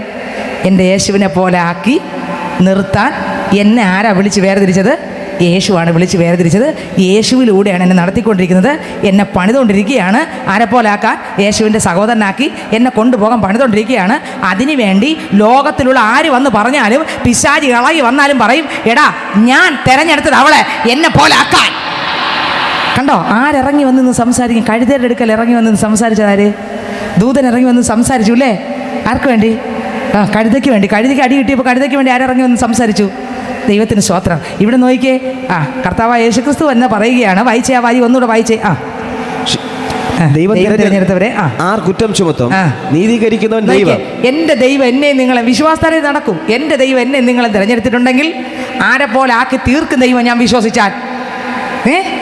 യേശുവിനെ പോലെ ആക്കി തീർക്കും. അടുത്ത് എന്നെ തിരഞ്ഞെടുത്ത് ആരെന്ന് ചോദിച്ചാലും ഇറങ്ങി വന്ന് ആര് പറയും? ദൈവം പറയടാ ഞാനാ തിരഞ്ഞെടുത്ത്, നിനക്ക് പോലെ സംസാരിക്കുന്നുണ്ടോന്ന് ചോദിക്കും. ആരിറങ്ങി വന്ന് സംസാരിക്കും? ദൈവം ഇറങ്ങി വന്ന് സംസാരിക്കും. അടുത്ത വരി. ദൈവം തിരഞ്ഞെടുത്ത ആർ കുറ്റം ചുമത്തും? അടുത്ത് നീതീകരിക്കുന്നവൻ ദൈവം. ഇനി ഏത് പാവിയെ നീതീകരിച്ച് അപ്പനെ പോലെ ആക്കുന്നതാര്? ഈ പറയുന്ന മനുഷ്യനാണോ? അല്ല, പിന്നെ ആര്? ദൈവം. അടുത്ത വരി. ശിക്ഷ വിധിക്കുന്നവൻ ആർ? അടുത്ത് ക്രിസ്തു യേശു മരിച്ചവൻ മരിച്ചിട്ട് ഉയർത്തെഴുന്നേറ്റവൻ തന്നെ. അടുത്ത് അവൻ ദൈവത്തിന്റെ വലത്ത് ഭാഗത്തിരിക്കുകയും നമുക്ക് വേണ്ടി പക്ഷപാതം കഴിക്കുകയും ചെയ്യുന്നു. കണ്ടോ, എപ്പോഴും യേശു ക്രിസ്തു എവിടെ ഇരുന്ന് പക്ഷപാതം കഴിച്ചുകൊണ്ടിരിക്കുകയാണ്. കർത്താവേ, യേശുപ്പച്ച് പറയുകയാണ്, ശാലിനെ നോക്കപ്പാ, അവൾ പതുക്കെ വീണുപോയി, കുഴപ്പമില്ല, തള്ളിയിടല്ലേ, പൊക്കാ ഞാൻ ഇനി ഒരു ദിവസം എന്നെ പോലെ വരേണ്ടവളാണ്, എൻ്റെ അടുത്ത് വരേണ്ടവളാണ്, ഇപ്പം എന്തോ പറ്റിപ്പോയി. ഇല്ല പക്ഷപാതം ചെയ്തു. ആരാ പക്ഷപാതം ചെയ്യുന്നത്? കർത്താവേ, ഇപ്പോൾ ഒരു കൃപ കൊടുത്തില്ലെങ്കിൽ അവളെ ആരും പോക്കാ ഉണ്ടോ? അവിടെ ഒരു ശക്തി കൊടുത്തില്ലെങ്കിൽ പിടിച്ചിരിക്കത്തില്ല, അവിടെ ഒരു അഭിഷേകം കൊടുത്തില്ലെങ്കിൽ ഇപ്പം പൊട്ടും. കർത്താവേ, ഒരു അഭിഷേകം കൊടുക്കുന്നത് ആര് പറഞ്ഞുകൊണ്ടിരിക്കുക? അങ്ങനെയാണ് ആർക്ക് അഭിഷേകം തന്നുകൊണ്ടിരിക്കുന്നത്? നമുക്ക് ഓരോരുത്തർക്കും പരിശുദ്ധാത്മാവിനെ. നമ്മൾ തളർന്നു പോകാത്ത കാര്യം നമ്മളെ മിടുക്കും ബലവും ആരോഗ്യമാണോ? 2 തുമ്മൽ തുമ്മിയെ പോലും തലയൊക്കെ കമന്നിരിക്കും. കാരണം എന്താ? 2 തുമ്മലെ തുമ്മിയുണ്ട്. മനസ്സിലായില്ലേ? ഇതാണ് നമ്മൾ. അങ്ങനെയാണെങ്കിൽ യേശുക്രിസ്തു ആണ് സ്വത്രം. നമ്മളെ കർത്താവ് പിതാവിനോട് പ്രാർത്ഥിച്ചുകൊണ്ടിരിക്കുകയാണ്. എന്തോന്ന് പ്രാർത്ഥിക്കുന്നു? കർത്താവ് പക്ഷപാതം ചെയ്തുകൊണ്ടിരിക്കുകയാണ്. അപ്പോൾ ഏക മധ്യസ്ഥൻ ആരാ? യേശുക്രിസ്തു. മറ്റൊരു മധ്യസ്ഥനും ഇല്ല. വേറെ ആരോടെങ്കിലും മനുഷ്യനോട് പ്രാർത്ഥിച്ചാൽ പ്രാർത്ഥന ദൈവം കേൾക്കുമോ? പിന്നെ മനുഷ്യനോട് പ്രാർത്ഥിക്കാൻ പാടുണ്ടോ? മധ്യസ്ഥൻ ആരാ? മനുഷ്യനാണോ? ഇടയ്ക്ക് നിൽക്കുക. ആരോടെങ്കിലും പ്രാർത്ഥിച്ചാൽ മധ്യസ്ഥ പ്രാർത്ഥന പ്രാർത്ഥിക്കാൻ പറ്റുമോ? വായിച്ചേ. ക്രിസ്തു യേശു മരിച്ചവൻ മരിച്ചിട്ട് ഉയർത്തെഴുന്നേറ്റവൻ തന്നെ. അവൻ ദൈവത്തിന്റെ വലത്ത് ഭാഗത്തിരിക്കുകയും നമുക്ക് വേണ്ടി പക്ഷപാതം കഴിക്കുകയും ചെയ്യുന്നു. അടുത്ത് ക്രിസ്തുവിന്റെ സ്നേഹത്തിൽ നിന്ന് നമ്മെ വേർപിരിക്കുന്നത് കണ്ടോ? യേശുപ്പച്ചൻ ഇറങ്ങിക്കഴിഞ്ഞാൽ ഓരോ സെക്കൻഡും അപ്പനെ പോലെ ആകാനുള്ള ദാഹമേ ഉള്ളൂ. അപ്പോൾ നമ്മളെ വേർപിരിക്കാൻ ഒരു ശക്തിക്കും ഒരു വ്യക്തിക്കും ഒരു ഇരുട്ടിനും ഒരു ഇതിനും കഴിയത്തില്ല. അടുത്തവരി. കഷ്ടതയോ സങ്കടമോ ഉപദ്രവമോ പട്ടിണിയോ നഗ്നതയോ ആപത്തോ വാളോ നിന്റെ നിമിത്തം ഞങ്ങളെ ഇടപെടാതെ കൊല്ലുന്നു. അർപ്പാനുള്ള ആടുകളെ പോലെ ഞങ്ങളെ എണ്ണുന്നു. കണ്ടോ? അടുത്ത വരി. എഴുതിയിരിക്കുന്നുവല്ലോ, നാമോ നമ്മെ സ്നേഹിച്ചവൻ മുഖാന്തരം ഇതിലൊക്കെ പൂർണ്ണ ജയം പ്രാപിക്കുന്നു.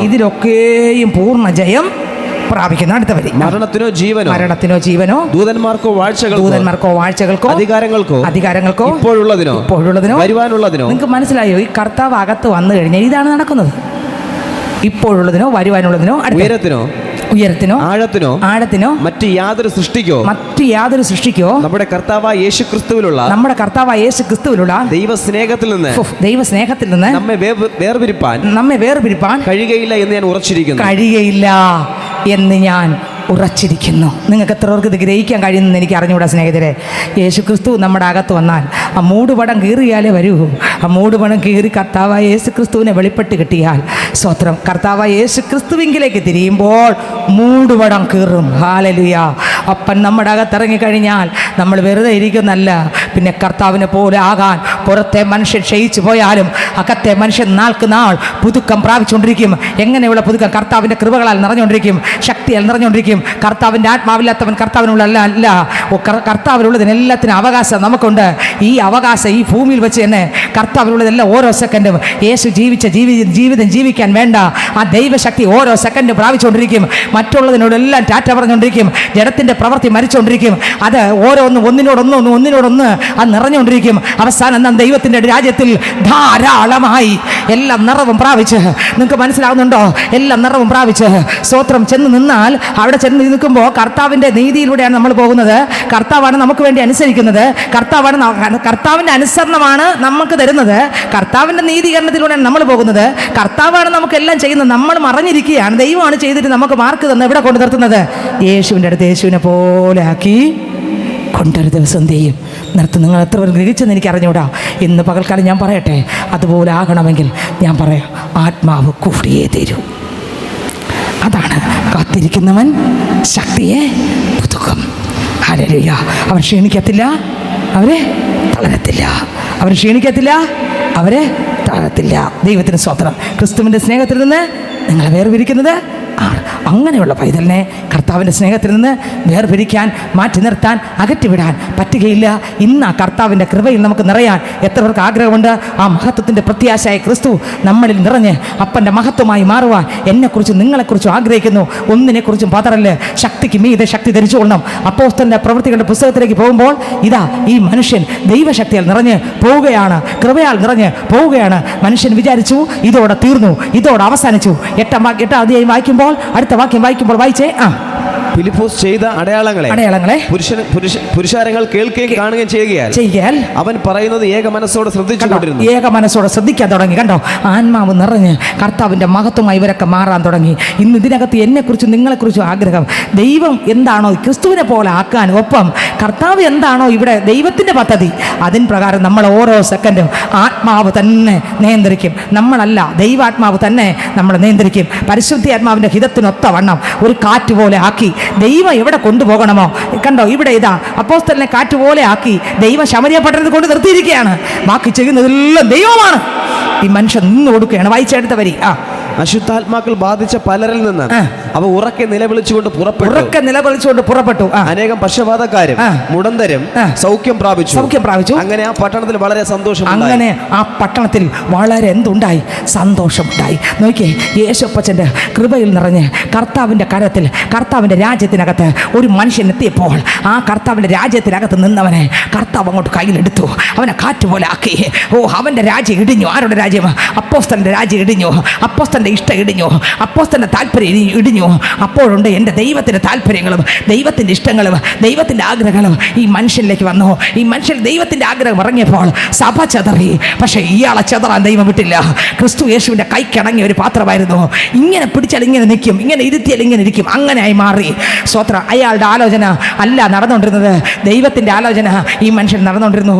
ഈ മനുഷ്യൻ ദൈവാലോചന കേട്ട്, കർത്താവിൻ്റെ വചനം കേട്ട് സ്വത്രം അവിടെ ശമരിയിൽ പോയി. ശമരിയിൽ അശുദ്ധാത്മാക്കൾ ബാധിച്ച് പലരിൽ നിന്ന് ഉറക്കെ നിലവിളിച്ചുകൊണ്ട് പുറപ്പെട്ടു. അടുത്ത് അനേക പക്ഷപാതക്കാരും മുടന്തരും സൗഖ്യം പ്രാപിച്ചു. അങ്ങനെ ആ പട്ടണത്തിന് വളരെ എന്തുണ്ടായി?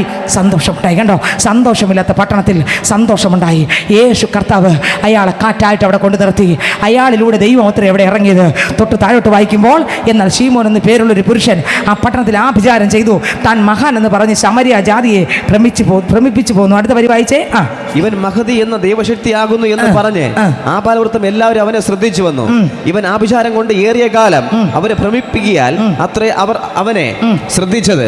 എന്നാൽ ദൈവരാജ്യത്തെയും യേശുക്രിസ്തുവിന്റെ നാമത്തെയും കുറിച്ചുള്ള സുവിശേഷം അറിയിക്കുന്ന ഫിലിപ്പോസിനെ അവർ വിശ്വസിച്ചപ്പോൾ പുരുഷന്മാരും സ്ത്രീകളും സ്നാനമേറ്റു. ശീമോൻ താനും വിശ്വസിച്ചു സ്നാനമേറ്റ് ഫിലിപ്പോസിനോട് ചേർന്നു. വലിയ വീരപ്രവൃത്തികളും അടയാളങ്ങളും നടന്നത് കണ്ടു ഭ്രമിച്ചു. കണ്ടോ, അവിടെ അയാളും കൂടെ കണ്ടോ സ്വത്രം ചിലതൊക്കെ ചെയ്ത് തൊട്ട് താഴെ കുഴപ്പങ്ങളുണ്ട് എങ്കിൽ പോലും ആ സമയത്ത് താനും എല്ലാം വലിച്ചെറിഞ്ഞിട്ട് എൻ്റെ കർത്താവിൻ്റെ അടുക്കലേക്ക് മുട്ടുകുത്തി. കണ്ടോ, സമാധാനം ഉണ്ടായി. കാലമായി ദേശങ്ങൾ പിശാചിൻ്റെ മണ്ഡലങ്ങൾ അലറി മാറി. സ്വർഗത്തിലെ ദൈവം ആരെയല്ല കാറ്റുപോലെ കൊണ്ടുപോകുന്നുവോ കർത്താവിന് ചെയ്യാനുള്ളത് ചെയ്യും. ഇന്ന് ഇതിനകത്തും എന്നെക്കുറിച്ച് നിങ്ങളെക്കുറിച്ചും ആഗ്രഹം ജഡത്തിൻ്റെ പ്രവൃത്തികളെ മരിപ്പിച്ച് ക്രിസ്തുവിൻ്റെ കയ്യിലെ കാറ്റുപോലെ ആക്കി ആ ക്രിസ്തുവിൻ്റെ രാജ്യത്തിൽ ഇണങ്ങിയൊരു പാത്രമാക്കി കർത്താവിന് ഇഷ്ടപ്രകാരം നമ്മളെ നടത്തുവാൻ ദൈവത്തിന് ഇഷ്ടമുണ്ട്. എവിടെ പോകണം അവിടെ കർത്താവ് കാറ്റുപോലെ ആക്കി അയക്കും. അവിടെ പ്രവർത്തിക്കുന്നത് ഞാനല്ല. സ്തോത്രം, പരിശുദ്ധാത്മാവ് ദൈവമത്രേ പ്രവർത്തിക്കുന്നത്. എത്ര പേർക്ക് ആഗ്രഹമുണ്ട്? ഇവിടെ ഏതാ പ്രവർത്തിച്ചത്? ഈ മനുഷ്യനല്ല, ഈ മനുഷ്യനെ കാറ്റുപോലെ ആക്കിയ എൻ്റെ ദൈവമത്രേ. ഇന്ന് ഇതിനകത്ത് ആ ജഡ പ്രവർത്തികൾ മരിച്ച് കർത്താവിൻ്റെ ആത്മാവിനുള്ളൊരു നിയന്ത്രണത്തോടെ പോകാൻ എത്ര പേർക്ക് ആഗ്രഹമുണ്ട്? ആഗ്രഹിക്കുന്ന ഉള്ളങ്ങളെ നിറയ്ക്കുവാൻ യേശു മതിയായവനാണ്, യേശു വലിയവനാണ്, സർവശക്തനാണ്. സമാധാനത്തെ പട്ടണത്തിൽ ഈ കാറ്റ് പോലെ ആക്കി ഇയാളെ കൊണ്ടുപോയി. അവിടെ സ്വത്രം വീശിയതെല്ലാം ദൈവത്തിൻ്റെ ആത്മാവായിരുന്നു.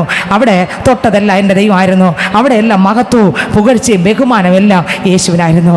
ഇന്ന് ഇതിനകത്തും എന്നെക്കുറിച്ച് നിങ്ങളെക്കുറിച്ച് ദൈവത്തിൻ്റെ ലക്ഷ്യ ഉദ്ദേശം പദ്ധതി. മോനെ മോളെ, നിൻ്റെ രാജ്യം ഇടിഞ്ഞ് എൻ്റെ രാജ്യം നിന്നിൽ നിറയണം. ഈ സ്തോത്രം, നമ്മളെ ഇഷ്ടങ്ങളൊന്നും വന്നാൽ ഒന്നും അവിടെ എവിടെ എത്തത്തില്ല, കർത്താവിൻ്റെ രാജ്യത്തിൽ എത്തത്തില്ല. മാത്രമല്ല എൻ്റെ രാജ്യം ഇടിഞ്ഞാലേ ആരുടെ രാജ്യം വരൂ? ദൈവത്തിൻ്റെ രാജ്യം വരൂ. ദൈവത്തിൻ്റെ രാജ്യം വന്നാൽ സ്തോത്രം, എനിക്ക് സംസാരിക്കണമെങ്കിൽ ആരുടെ ശബ്ദം വരണം? ഇവിടെയാണ് തോറ്റു പോകുന്നത്.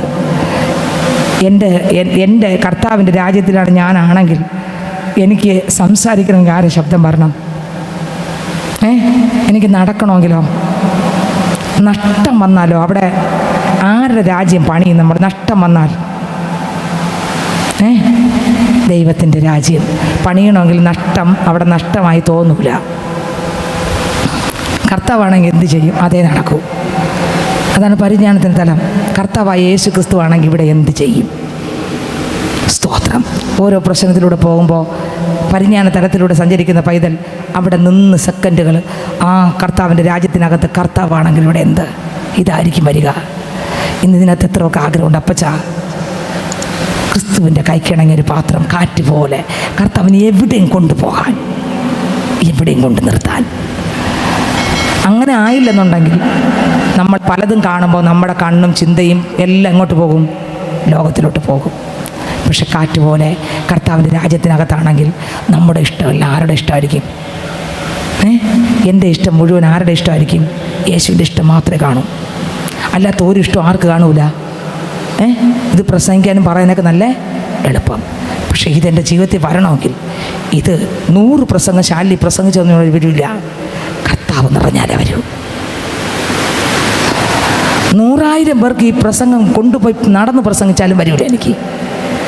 അത് യേശുവിലുള്ളതാണ്, യേശുവിൻ്റെ മാത്രമാണ്, യേശുവിൻ്റെ സ്വഭാവമാണ്. ഓരോ ഭാഗങ്ങളാണ് ഇതൊക്കെ. അത് എന്നിൽ നിറഞ്ഞാലേ വരും. അല്ലെങ്കിൽ പ്രസംഗിക്കാം. ദൈവത്തിന് സ്തോത്രം.